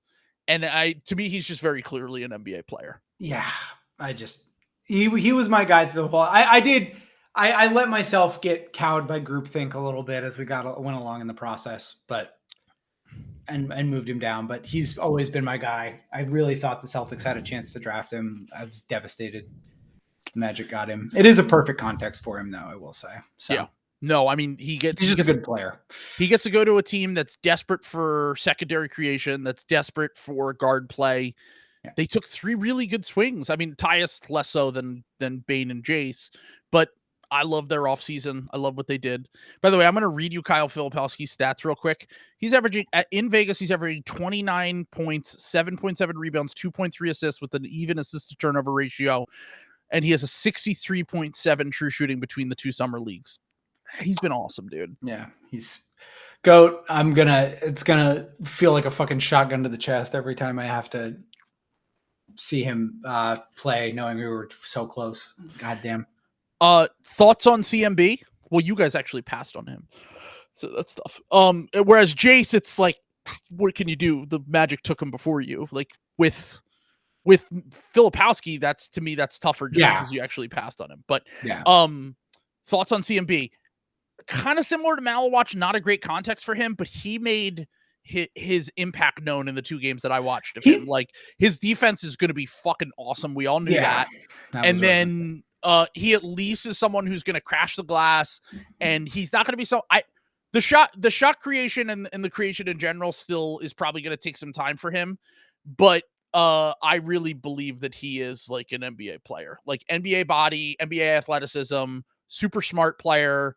And yeah, he'll have a 10-year career. And I'm optimistic on his long-term outcomes as well. So, all right. The last thing I actually had to say, you might have already this might already been spoiled for you, Sam, but I had a question for you. You might have saw it in the group chat. I dropped it in there earlier. I don't think I did. But there are 2 players that have averaged over 5 turnovers a game in this summer league. Do you want to guess who they are? Don't look at chat because chat will probably get it. Okay. I'm trying to think of the guys I hated in this draft. Is Yegor one of them? No. Yegor doesn't have the ball enough to be one of them.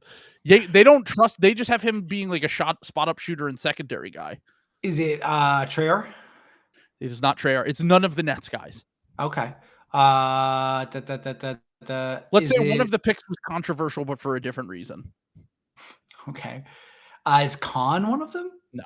Okay. I don't know. I don't think I'm gonna get this. Is it Queen? Yeah, Queen. Queen is one. He leads all players in summer league in turnovers, I believe. I haven't watched a lot of Pelicans. Is the other one Fierce? Yes. Oh, that's dead. They're both leading. And honestly, once again, I'm not over indexing summer league too much. I'm a little bit more concerned with Fears because Fears is going to have the ball and be like an on-ball guy, and he also turned it over a lot in college. So it's not like Queen, I think, is going to have to slowly grow into the player that he becomes in the NBA. I think Fears needs to figure out the turnover stuff. And the thing with Fears is that his passes are just so fucking inaccurate. Like, he's throwing it off guys' feet. He's throwing it 10 rows into the stands. It's tough early returns for both of the Pelicans guys. And considering when I told Richard this, he said, "Don't worry about it. We'll just draft someone good next year." Well, they traded their He's been doing it. That's been Richard's bit all so far this offseason. He's done that a couple of times online, and every time people who don't know him are like, "What do you mean? Do you know the Pelicans don't have their pick?" No, I know. He's very bad about it. Yeah, Onsai, we need to learn his last name, full name. I can't remember his last name. Yeah, he might be the new cooked. demon. The Hawks GM absolutely cooked. Yeah. Salah, there you go. So did you see I think you did, because I think you retweeted it, that last year, like in August, I tweeted the roofie, the Arrested Development roofie for Trey shooting. Yeah, for the Hawks and for Trey shooting. We're doing it again, baby. Yeah. I might join you this year. Not quite to your extent, obviously. Yeah. You're delusional about them still, but I will say we both locked their over and got it last year with a Jalen Johnson season-ending injury pretty early in the year. So, and they're going to be better next year if they're healthy, but it's built around Porzingis. Anyway, we got into a screaming match over that on our last episode that we did, so let's move on from that. Fears has 3 total assists and 16 turnovers in 3 games. Oh my God. And hold on, not only does he have 3 total assists and 16 turnovers, but there was something in the replies as well. He leads the summer league in blocks against too. So his shot has been blocked. Once again, small guards in summer league usually suck, and sometimes it means nothing. The turnover stuff is starting to concern me with Fears for sure. That's like the thing that would be my fear with Fears. And there is a Darius Garland rookie potential for him for sure, in that he might be just really, really bad as a rookie. So not great if you traded away your draft pick and he might be your starting guard. Dog. Troy Weaver can't keep getting away with it. It's unbelievable. He really can't. Like, this is unreal. Like, first thing he does. Like, you can't keep doing this. Like this is so.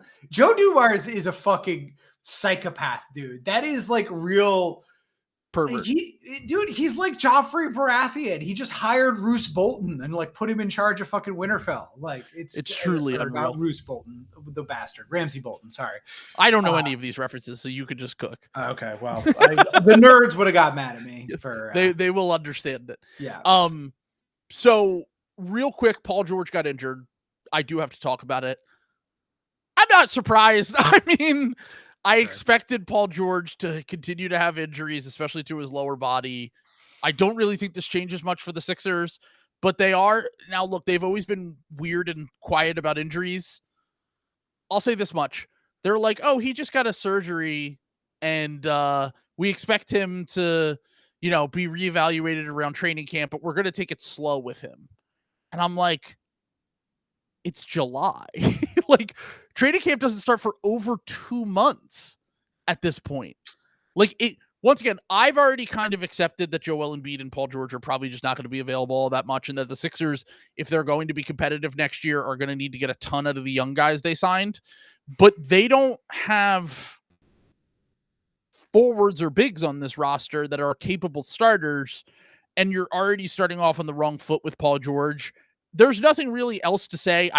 I've seen people ask, does this increase the chance they trade Grimes for a wing? I don't really see a trade out there. It's hard to do sign-in trades. And then I just want to add on top of this, the fact that someone suggested, could this make it so that Grimes could take the qualifying offer?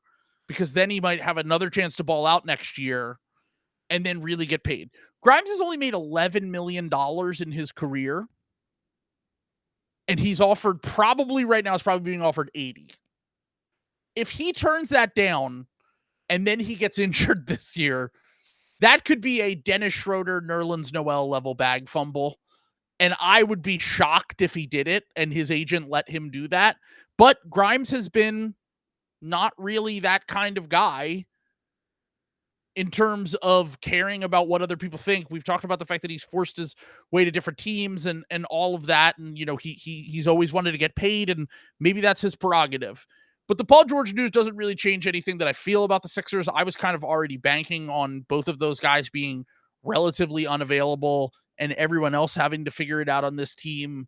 But I do think that my gut feeling that I had like a week ago or 2 weeks ago on the podcast where we talked about Joel, like the ESPN article that came out was not good today. And like he basically said he's going to take it slow and not rush back at all. And he still hasn't done, he's only done like light on court activities. He still hasn't played like, my prediction is what happens is both of them are slow to come back. I don't even know if Joel can play over 25 games this year. Paul George, I think he might be a little bit more likely to play like 40 or 50 games. And I think a year from now, they're kind of stuck in a position where they have to bite the bullet and rebuild. Because you can't, I've talked about this before, you can't survive $100 million of your books. More than that, going to dead money. Yeah. Like nobody can play. Yeah. No one's ever been able to do that in the history of the, and this is the other thing that I want to say. The James Harden stuff is driving me insane because the Sixers, and to be clear, the Sixers got lucky in the position that they're in right now. But if we had kept James Harden instead of going, the mistake wasn't letting James Harden go. The mistake was signing Paul George and doing the cap space plan. Yeah. James Harden would make us a relatively competent team that would probably be like the 8th seed. Because, by the way, we wouldn't have the ability to get the role players that the Clippers did, which is the reason why the Clippers have been decent. And then you wouldn't have been bad enough to get Jared McCain. You wouldn't have been bad enough to keep your pick. It would have went to OKC. So you would have never got VJ Edgecombe. So you're now looking at a situation where right now Harden's probably asking out, and you probably have to salary dump him to a team and not get anything back. And you're looking at a much worse situation in the long term. Because once Joel Embiid, his body started to go, to me, nothing else really mattered. Whether we had James Harden or we had Paul George, they kind of got lucky with this VJ thing and McCain a year ago that they're actually set up for that rebuild, for that second window. And my prediction is, and I've said this, like, I think what happens is they fire Daryl Morey after the season. They fire Nick Nurse after the season, assuming all of this stuff happens. And they probably are forced to trade Tyrese Maxey and build around VJ and Jared McCain a year from now and ride out the Paul George and Joel Embiid contracts and probably take back bad money for Grimes and Maxey and get a bunch of picks. That is what I think happens. So we'll see. I'm relatively pessimistic about the team right now. I still think they're going to win like 35 to 40 games this year, even if they miss they will have more talent other than those two guys, and in a bad Eastern Conference, they could probably scrape their way. They can save face, maybe give like the 16th pick in the draft to the OKC next year, and then 2 years from now is when they'll get their own pick back, and then they can tank when they owe the Nets their pick in 28. So that's kind of how I look at it. I think that they're going to have to start preparing for a second window if neither of these guys play. And it's impossible to keep their pick for next year because OKC owns it top 4 protected. You'd have to be one of the 2 worst teams in the NBA to guarantee that you're keeping your pick. And there are teams that will be more likely to bottom out again. The Sixers aren't bottoming out again next year. Even if things go to piss and shit, they're going to be trying to win 30 games because the coach and the GM don't want to lose their job, is what I'm trying to say. So long story short, there ain't no fucking way that this is that they're tanking, and there's no way that they can avoid some sort of rebuild if Paul George and Joel Embiid are just not available. That's kind of the reality of what their situation is. So let's talk about the albums. Do you want to talk about we did an album exchange? Do you want to talk about ASAP Rocky first? Or you want to talk about the Foals album first? Yeah, no, let's do Live Love ASAP first. Okay, let's do it. So my first thing, look, I am not a part of the reason we do this is because you're the hip hop guy. I have like, I would say low medium knowledge. Like I love Good Kid, Mad City. Listen to that whole album a lot. I have my weird little ones like Power in Numbers by Jurassic 5, which I'm going to make you listen to for the next one. Yeah, that's one. It's like one of my favorites. So I don't, and like, obviously like a lot of the Kanye, like the early Kanye stuff in particular, like that everybody loves, you know, I like all that. Sam saw into the future. Sam saw what Kanye would become and said, let me love this man's first 3 albums. No, you know what though? I have to admit, I also what was the one after Beautiful Dark Twisted Fantasy? Yeezus, I love Yeezus. That one's good. That was like the last one where I was. Oh yeah, Life of Pablo, I like every was a little Kanye album more. up through Pablo, and then everything since then I've just been like, I don't really even listen to it. But yeah, Pablo was the one where I was not as high on it as like everybody else. But I'm also like, that's not my like genre, so I'm not very good. So just real quick before you continue, my top three: College Dropout, Fantasy, and then the third spot is a toss up between Late Registration and Yeezus for me. But anyway, continue. No Graduation. Interesting. I'm not a big Graduation fan. No. Wow. Okay. Relative to consensus, I'm like very low on Graduation. I think that it includes multiple of Kanye's worst songs. And I also think that some of the songs, production wise, have not aged particularly well. It still has some amazing songs on it because it's an early Kanye album. Like Champion's great, I Wonder's great. Am I gonna get canceled for saying I like Good Morning a lot? No, I like Good Morning. That's a really good intro. No, the songs I don't love on that album are Drunken Hot Girls. Yeah, that sucks. I think Good Life is incredibly corny. I know that's might be controversial. I don't love Everything I Am that much. Like I used to like it, and I think Big Brother is his worst song on his early albums. Did we I don't do like All the Big Lights? Brother. That's Dark Twisted Fantasy. Oh, that is Dark Twisted Fantasy. Yeah, okay, never mind. No, Dark Twisted Fantasy and College Dropout are my 1 and 2. Like those are like my, yeah. Kanye's workout plan, or new workout plan. Is that the name of that song? That's so good. I love that. That you don't like that one? Interesting. I mean, if you're stacking it up against the rest of College Dropout, which has some of the greatest songs in the history of rap music. I mean, When It All Falls Down is really good too. Like All Falls Down, Two Words. I mean, everything on that album, Spaceship, that is like the quintessential hip hop album because it covers every element of like he talks about it on the album. He was the only one that could bridge the gap between like street rap and conscious rap, and he did it so well on that album. But anyway, continue. Yeah. So anyway, but probably my favorite like little subgenre that I like the most was like the Atlanta based. Yeah. Okay. You know, Little Bay, Wayne, Atlanta, Yin Yang Twins. Like I loved all Crunk. of that. Like, yeah, Crunk. Exactly. So, and I think that this, I wouldn't say it's like that, but what really jumped out to me about this album as I went through it is how tight all the production was. Yeah. Like everything was really tight and like really like, I felt like, I don't want to say like he wasn't doing a lot in the album, but he was like really picking his spots, I felt like, and kind of letting the production kind of carry things, which I think was a really smart choice by him. Like on a lot of the songs was kind of how I felt about it. So you mentioned when we talked about this a little bit on the Patreon episode. Yeah. The 2 songs that you said that you liked just in passing were What's Up and Sandman.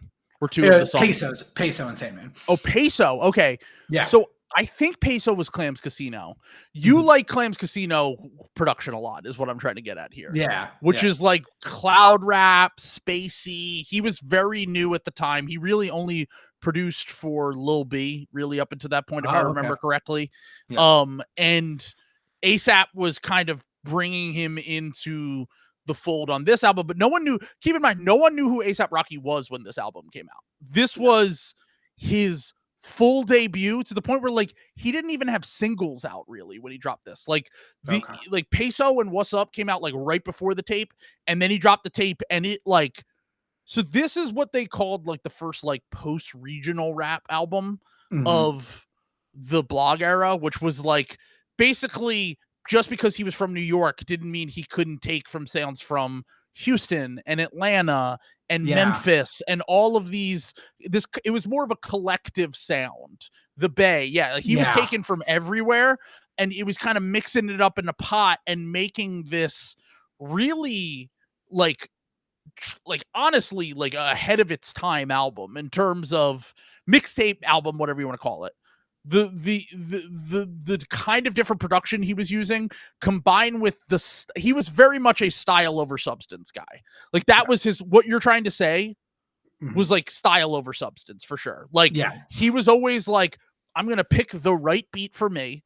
I'm going to flow my ass off on it. I'm going to try to invent all these new types of using old 3-6 Mafia triplet flows and trying to like revamp all this like Houston stuff, this Memphis stuff, and basically make it into like a package of like commercially sounding rap music, but still true to what hip hop is at its core, and especially like the underground blog era. So this album like broke my brain when it came out. Like it was like it was really crazy. Well, and I remember you kind of mentioning that, so maybe I was a little primed for this, but that was like the other big thought I had when I was listening to this. I was like, this sounds like a 2018 album instead of like a 2011 album. You know what I'm saying? Like it was more of a. It was pre-Travis Scott, when Travis Scott and Kanye and all them started to take like this sound to like the maximalist level. Yes. Yeah. And like, there's a lot of feature. Like, I always love Schoolboy Q. I also really like Schoolboy Q. He rules. So, like, his feature on Brand New Guy's great. This was a guy I didn't know who had a feature on Leaf, which like as a song, I was kind of like, it was about main attractions. I had never heard. All I wanted to say about his thing is it reminded me a lot of Wayne listening to him. Like everyone was influenced by Wayne during this era. Like we started to get like Wayne. I wouldn't even say Wayne clones, but like everyone that was like a rapper at the time, specifically like Wiz Khalifa, and like a few years later we got like Jid, like. All of these guys started to like they very much like studied Wayne growing up, and like Wayne was the biggest rapper at the time. So everyone was copying his flow a little bit. Chance did it a little bit too. But I don't even know whatever. I literally think I looked up what happened to that guy, because there were a few guys on this album. The ASAP guys have kind of all hung around. And then Schoolboy's obviously Schoolboy. Like those two, when those two made a song together, it was like everyone dropped what they were doing to listen to it from like 2011 to 2015, because everyone, when he first collabed with TDE, everyone was like, oh, Kendrick was blowing up at the time. So everyone was like, Kendrick like had just dropped Section 80, and it was starting to get recognition. So everyone was like, oh, if you're doing a crossover with TDE, you should do it with Kendrick. But he was like, no, I'm going to do it with Schoolboy. And everyone was taken back by that a little bit. And then they made that song together. They were on each other's albums or mixtapes back and forth for like 4 different projects. And every time the song was like one of the best songs on the album. And Brand New Guy is probably the most abrasive song on this whole album. Yeah. Because most of the rest of the album is very, like you said, like wavy, cloud rap, chill. He's kind of stunting, flexing, whatever. That one goes hard. Like the 808s, like the drum kicks are like in your face. They rap really hard on it. They go back and forth at the end, exchanging their lines. And it is, that's one of my favorite songs from this project. And also just a very, again, like kind of including other elements of different sounds from different regions, but making it kind of their own sound and making it stand out. Another thing that I think is like really good for an album, as like when I'm considering like an album as an album, and maybe this is kind of why I give Graduation a little more grace, I guess I would say, is I like when an album sounds like an album. You know what I'm saying? Like, and I think this album, like I listened to this while I was running a lot, like in the gym, and it like it like flowed together. The songs aren't similar, but there's a through line. You know what I'm saying? There's definitely like a through line for like a lot of this. Yes. Like that I thought was like really good. And I really enjoyed it. And I'm going to be honest, I didn't totally expect to. Like I was like, because normally I don't like. I picked this one because I knew the style of rap you told me you liked. Yeah, and I was like, this is like, because this is important to the lore for me, because Trilla was the reason that I started calling myself Trill online, because I listened to that song like nonstop when I was a kid. That beat that has like the old like funky guitar on it, like almost like it kind of sounds like a Western a little bit, like very, very like Texas Southwest kind of feeling to it. But the way that listening to this in 2011, 2012, when it came out, you felt cool as shit. Like it just made, the reason why early ASAP was so good was because it made you sound cool. You just felt cool listening to it because he was so just kind of effortless with how cool he was over all of these beats. The way that he rapped, I mean, I Be That Pretty Motherfucker literally was in my head for years after this album came out. Like, and once again, he's still very elementary in the way that he like. His lyrics are not complicated at all. It is very much like he will repeat the same things over and over again throughout the album. There are taglines, there are things that he comes back to. But the thing that I think that ASAP always did well was that he tried to be like, he would pick something that would normally feel like it would be out of the comfort zone for a rapper like him, and he would try something different. And early in his career, because he was the only one doing it at the time, really, of the like underground guys that were that had some commercial appeal, it really stood out. And then as everyone started to do it, he kind of fell behind a little bit. Like once everyone got these big budgets and they started experimenting with all these crazy sounds and all that stuff, ASAP just became kind of another rapper. And now Rocky's just kind of like flamed out. I mean, it's been 14 years since this album came out, I think. 14 years, yeah. But once again, at the time, a very important album for like the transition period in hip hop, because we were coming into like a new era of like basically a golden age, a second golden age of hip hop that was coming from the internet. And it was the ASAP movement was huge, and this was the first album that came out from that. Let's talk about the Foals album. Let's go. Wait, what was your favorite song and your least favorite song on the album before? Big Love is my favorite. No, hold on. Before on this album. On ASAP. On ASAP. Yeah. So I think my favorite, Peso's so good. Is my favorite. Yeah, I listen to Peso like I listen to Peso like I want to say like because what I did is I listened to the whole album through, because I think that's like very important to like just listen to the album like in a row. I immediately went back and listened to Peso for like the last like 10 minutes of the run I had like on the thing. That was really good. Because I was like also why am I forgetting Sandman, because Sandman's the last track. Yeah, that's the outro. I was kind of getting ready to like. I was like kind of forming opinions already. I was like, okay, I like this one. I like this, but Peso was definitely my favorite. I'm going to go back. And then Sandman kicked it. I was like, oh, okay. Like I really liked that one a lot too. Peso was, I think, the biggest song at the time, if I remember correctly. That was like the one that really crossed over for him. Okay. I was going to say like What's Up did too a little bit. Yeah, I was going to say What's Up kind of seemed, if you had to tell me which song do you think was like the most commercially successful for this album, it was one of those two. What's Up. Yeah. I liked Trilla. I think probably my least favorite one, maybe Acid Drip, I would say, something like that. Like, that little second, like to me, this album kind of dips off after like track 9 or 10. Like it kind of starts to go a little bit downhill. I don't dislike Sandman by any means, but like it's a little bit sleepier in the second half. It's not quite as like, it's very obvious he wanted to grab your attention. Also, I do just want to point out this was before the streaming era, but also after the era that people bought albums. So like it was in this weird period of like, in order to access the music, you had to be intentional about it. Like, you had to go download this off DatPiff.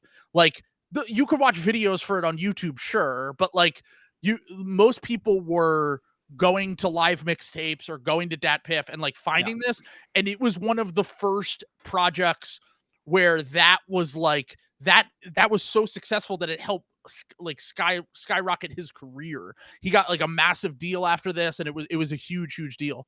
Also RIP ASAP Yams, who was the one who put him on. He had a fashion blog on Tumblr, and he would just play ASAP's music on there. Then that ended up blowing him up, and then they ended up getting signed, and then ASAP Yams sadly died of a drug overdose. Like I want to say a year and a half later. And he was a big part of the creative control over their early albums, which is why a lot of people say that he was very clearly like part of the mind of what they wanted to do. And he was like 25 when he died. I want to say 24 was terrible. But anyway, My favorite song was also Big Big Love, by the way, on the Let's go.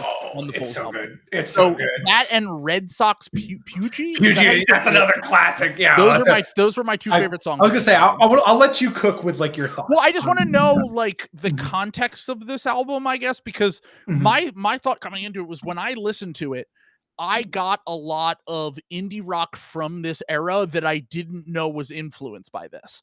Kind of similar to like if you were to listen to like a Travis Scott album and not know about ASAP Rocky. Like it was like very obviously, specifically the guitar on this album was like very clearly influential over the next like 5 to 10 years of indie music, but it wasn't it was a lot more succinct on this album. Like it was a lot more like intentional and a lot more like driving, to be honest with you. Like it was very like you called it math rock, I think, before. Yes. That makes a lot of sense in that like everything feels perfectly in its place on this album. Yes. And that's like kind of what this is known for. So something that's like very interesting. I don't know. I'm going to be honest. Like I'm not like a huge music historian. Like somebody will, I'm sure someone in the Discord, someone who knows how to make music will tell us. Will like correct me and be like, actually, they were influenced by like something. But these, I'm pretty sure they're either Scottish or English. I'll look. They're British. Up. Yeah, no, they're British because I wrote down this album is painfully British at one point. Yes. Well, it's very. I think they were Sub Pop. If it was their record label too. This was like, produced by the guy from TV on the Radio. I looked that up too. I saw. Oh yeah, and those guys, yeah. So they're like Foals. The reason I picked this album. So interesting thing. This is not considered Foals' best album, which is like very funny. This is their first album. Their next album, like Total Life Forever, is considered like the best one. It's a lot less interesting sounding, and it's a much less the thing that I think of as like kind of the defining thing with this album is that I actually kind of have a hard time remembering which songs are which because every song blends into each other. Yeah. Yes. Yeah. And it goes through ups and downs where like it's very obvious at the beginning they were intentional in that like they wanted to give you like energy up front. And then it kind of goes through like a little bit of like a little lull in the middle, but then it comes back at the end and it is very, and I do agree with you that at times I was like, oh, this is not that song. Like the way that they sequenced it was that was intentional in its form. Like they tried to make it so that it was like you wouldn't be able to tell when one song ended and one song began. Yeah. And so like I'll get, this is like one of my favorite albums of all time. I also can't tell you with 100% accuracy, like which songs are which. Like I know there's a song called Olympic Airways, but I sing it. I'm like, this is a warning shot. It's just another hospital.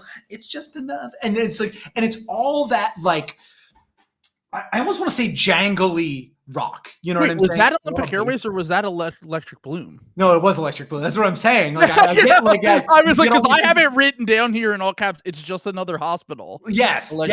And that's Electric Bloom. That's where I started to call it painfully British. Yeah, that's another one. Like French Open is like so good. Olympic.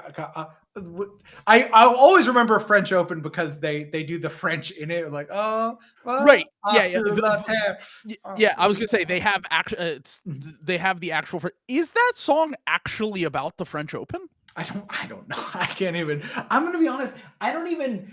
The lyrics almost kind of like wash over me because there's a lot of artists the that I lyrics aren't important in this album for sure. Well, and there's some like. There's other bands of mine, like The National being a huge one, Phoebe Bridgers being another, Frightened Rabbit, all of these songs where I'm like, I like the music, and then you listen to it a little bit more and you hear the lyrics and you're like, oh, holy fuck. Sure. Like, I have rappers that are like that too. Yeah.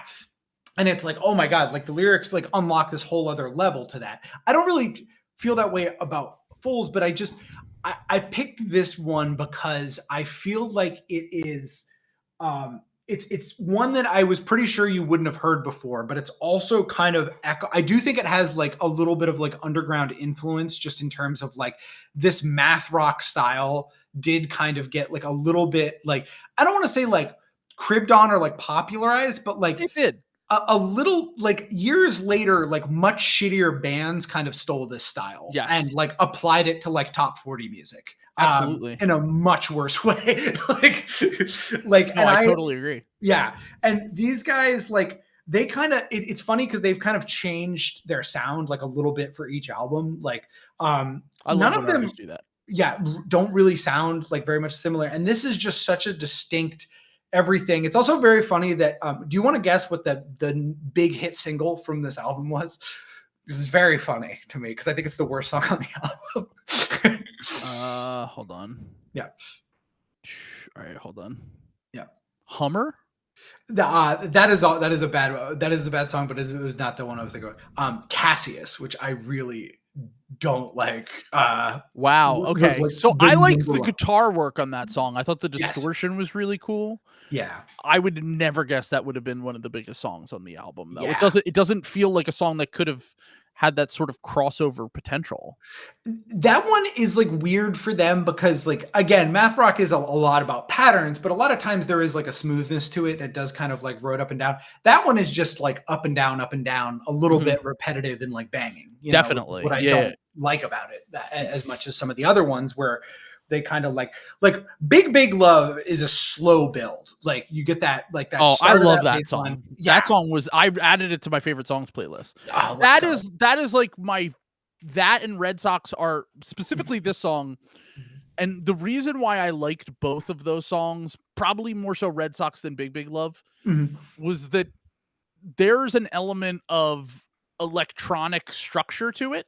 Like the way that they're consistently adding and removing layers and then also doing this like tension and release, which I thought was really creative. And when you described it to me as math rock with I don't even remember which song it was on, but in my head, I've had it stuck in my head, that little drum pattern of the that might have been Red Sox. That might have been something earlier in the album. I think it's Red Sox. Yeah, I think it's the beginning of Red Sox, if I remember correctly. Boop, boop, boop, boop, boop, boop. And then that like melts into the guitar, which is like, and once again, as someone who comes from a electronic, I also really like electronic music. I found that to be the most interesting structure wise. Like I found that to be the most like grab my attention because there was constantly these adding and removing pieces, but not quite as repetitive as the rest of the album. And that like it would, you want to have an album have a cohesive sound to it specifically. When you're making an album that is, I guess, kind of conceptual like this one, but at times you could just be like, all right, I get it. Like those songs really grabbed me. And I think the reason why I love Big Love was that it was just, that's like my speed of rock music. I like psychedelic, sprawling, but also not empty sounding, like very like filled at the same time. That's one of the only songs on the album. They do that a lot more on their second album, which is why I think it did better. They do a lot more building.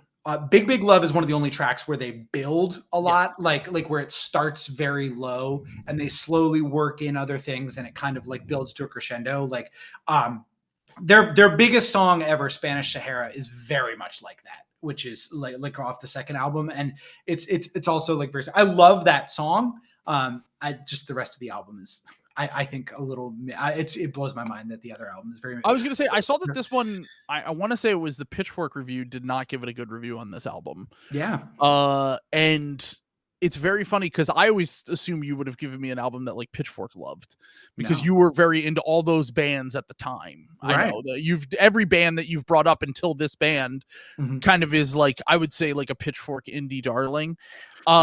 Also, like, I think that Pitchfork from 2008 to 2014, I want to say, had like a fairly massive influence over what you heard and what you didn't hear, because they were the way that a lot of people discovered music back then. I was more on the rap blog, so I didn't really particularly care that much about what Pitchfork liked, but the indie, like almost every indie musician that I discovered or heard of was because I had a roommate who read Pitchfork and they would show me them.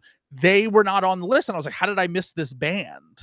And then I realized it's because they didn't love this album. But I think that it's a very conceptually interesting album. I think that the sounds are fantastic, and when there are certain songs where it feels like they're kind of just par for the course, going through the rhythms of this album, and then the ones where they truly lock in, like the ones that we've talked about, the kind of the peaks of these this album, really, really gripping. I don't love the lead singer's voice, but when he captures the emotion of the song, it's really, really good. And I felt like in those two songs were probably the ones where he did it the most.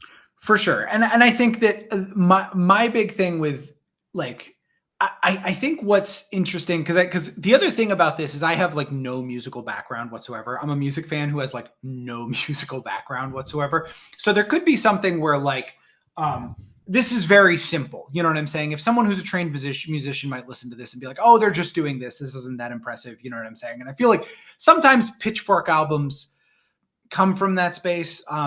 Very famously, I am not a Merriweather Post Pavilion guy, like at all, like an Animal Collective, but I know like musicians like love that album. Like, sure. There are a lot of, coming from the hip hop scene, there's a lot of your rapper's favorite rapper that I just am like, don't get it at all. I famously have never liked Earl Sweatshirt, and everyone's like, how do you not like Earl? And I'm like, he doesn't do anything for me. Yeah. And that's how I feel about, you know, some of those other ones. But I just feel like this album is so, I don't want to say like technically perfect, but it's so technically like very easy to listen to. And it's very accessible for like a certain, like for indie rock, like, and it's math rock, and it's interesting. It's different enough to be interesting. There's not really any big mistakes on the album. I don't feel like. I think that's pretty easy to listen to all the way through. Has a lot of things, and I think it's just, and I've never really heard anything like good like it since.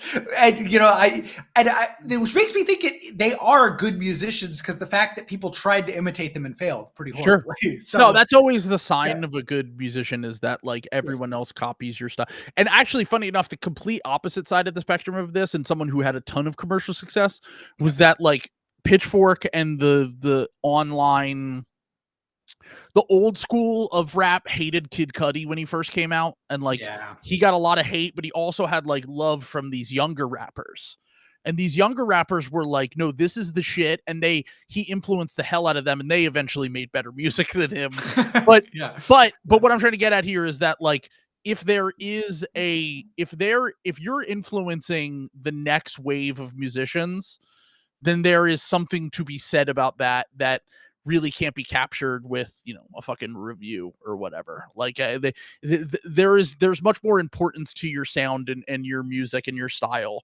If you're like, you can't tell the story of a genre without mentioning that person, I think is the big thing. But also I do just want to say here, Earl Sweatshirt's feature on Frank Ocean's Super Rich Kids is incredible. I don't disagree with that. I love that feature, but I just don't like his solo music. He bores me. He's just not my cup of tea. But no, the Foals album is good.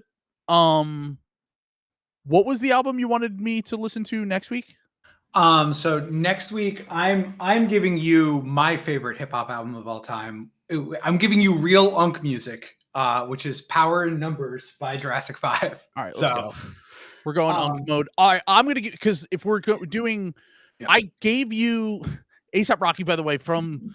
I do want to just note that the fact that he was from New York and doing this style of rap was like a big deal in 2011. I believe it, because if you asked me to guess where he was from, I would have said Houston. Right, of course, because he does the whole Houston style, and you know, he loved UGK and that whole era of you know, Pimp C and Bun B. But the thing that was really big, once again, when I talk about like post-regional rap, that was a big deal, but also like New York rappers are like the most traditional, like you have to rap a certain way kind of, because they originated hip-hop. So they were like purists in a sense, like you have to rap this way. And if you're from New York, and he was the first one to really break the mold. Someone else who's also a post-regional rapper that is my favorite rapper of all time, and someone who is not going to be someone who was, you know, he won't make the top lists of, you know, greatest rappers of all time. He wasn't the most influential, but just on a personal taste standpoint, Isaiah Rashad's Sylvia demo is probably my favorite album of all. It's either that or Frank Ocean's Blonde, and I know you've already kind of heard Blonde, so I didn't want to give you that. But if we're just doing personal favorites, Sylvia demo by Isaiah Rashad is basically very similar to ASAP Rocky, was like a synthesis of all of the old Southern rap, California rap, every style up until that point, but like in my opinion, perfected. So on the next episode, I'll listen to Jurassic 5, which somehow I only knew one song by them from Tony Hawk Pro Skater, which I remember from when I was a kid. I'm going to be fascinated to see what you think about it, because it's like, it's unk music. They rap older than they are too.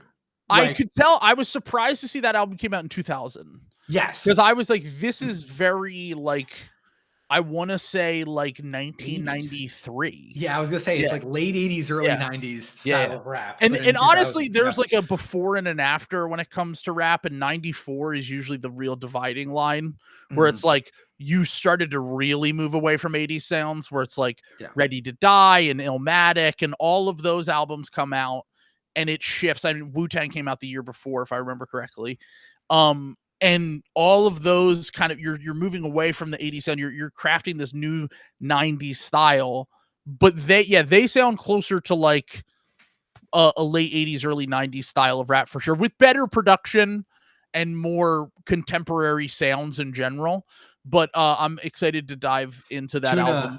I'm excited. I don't know if you've ever heard Tuna rap before, but like, no, I don't think I have. Yeah. Oh my God. Like, there's so many, because it's like a group, so there's like a lot of different. You've got DJ Newmark, you've got like all the guys. I'm excited. I'm really excited to talk about it with you, because you obviously know a lot more about.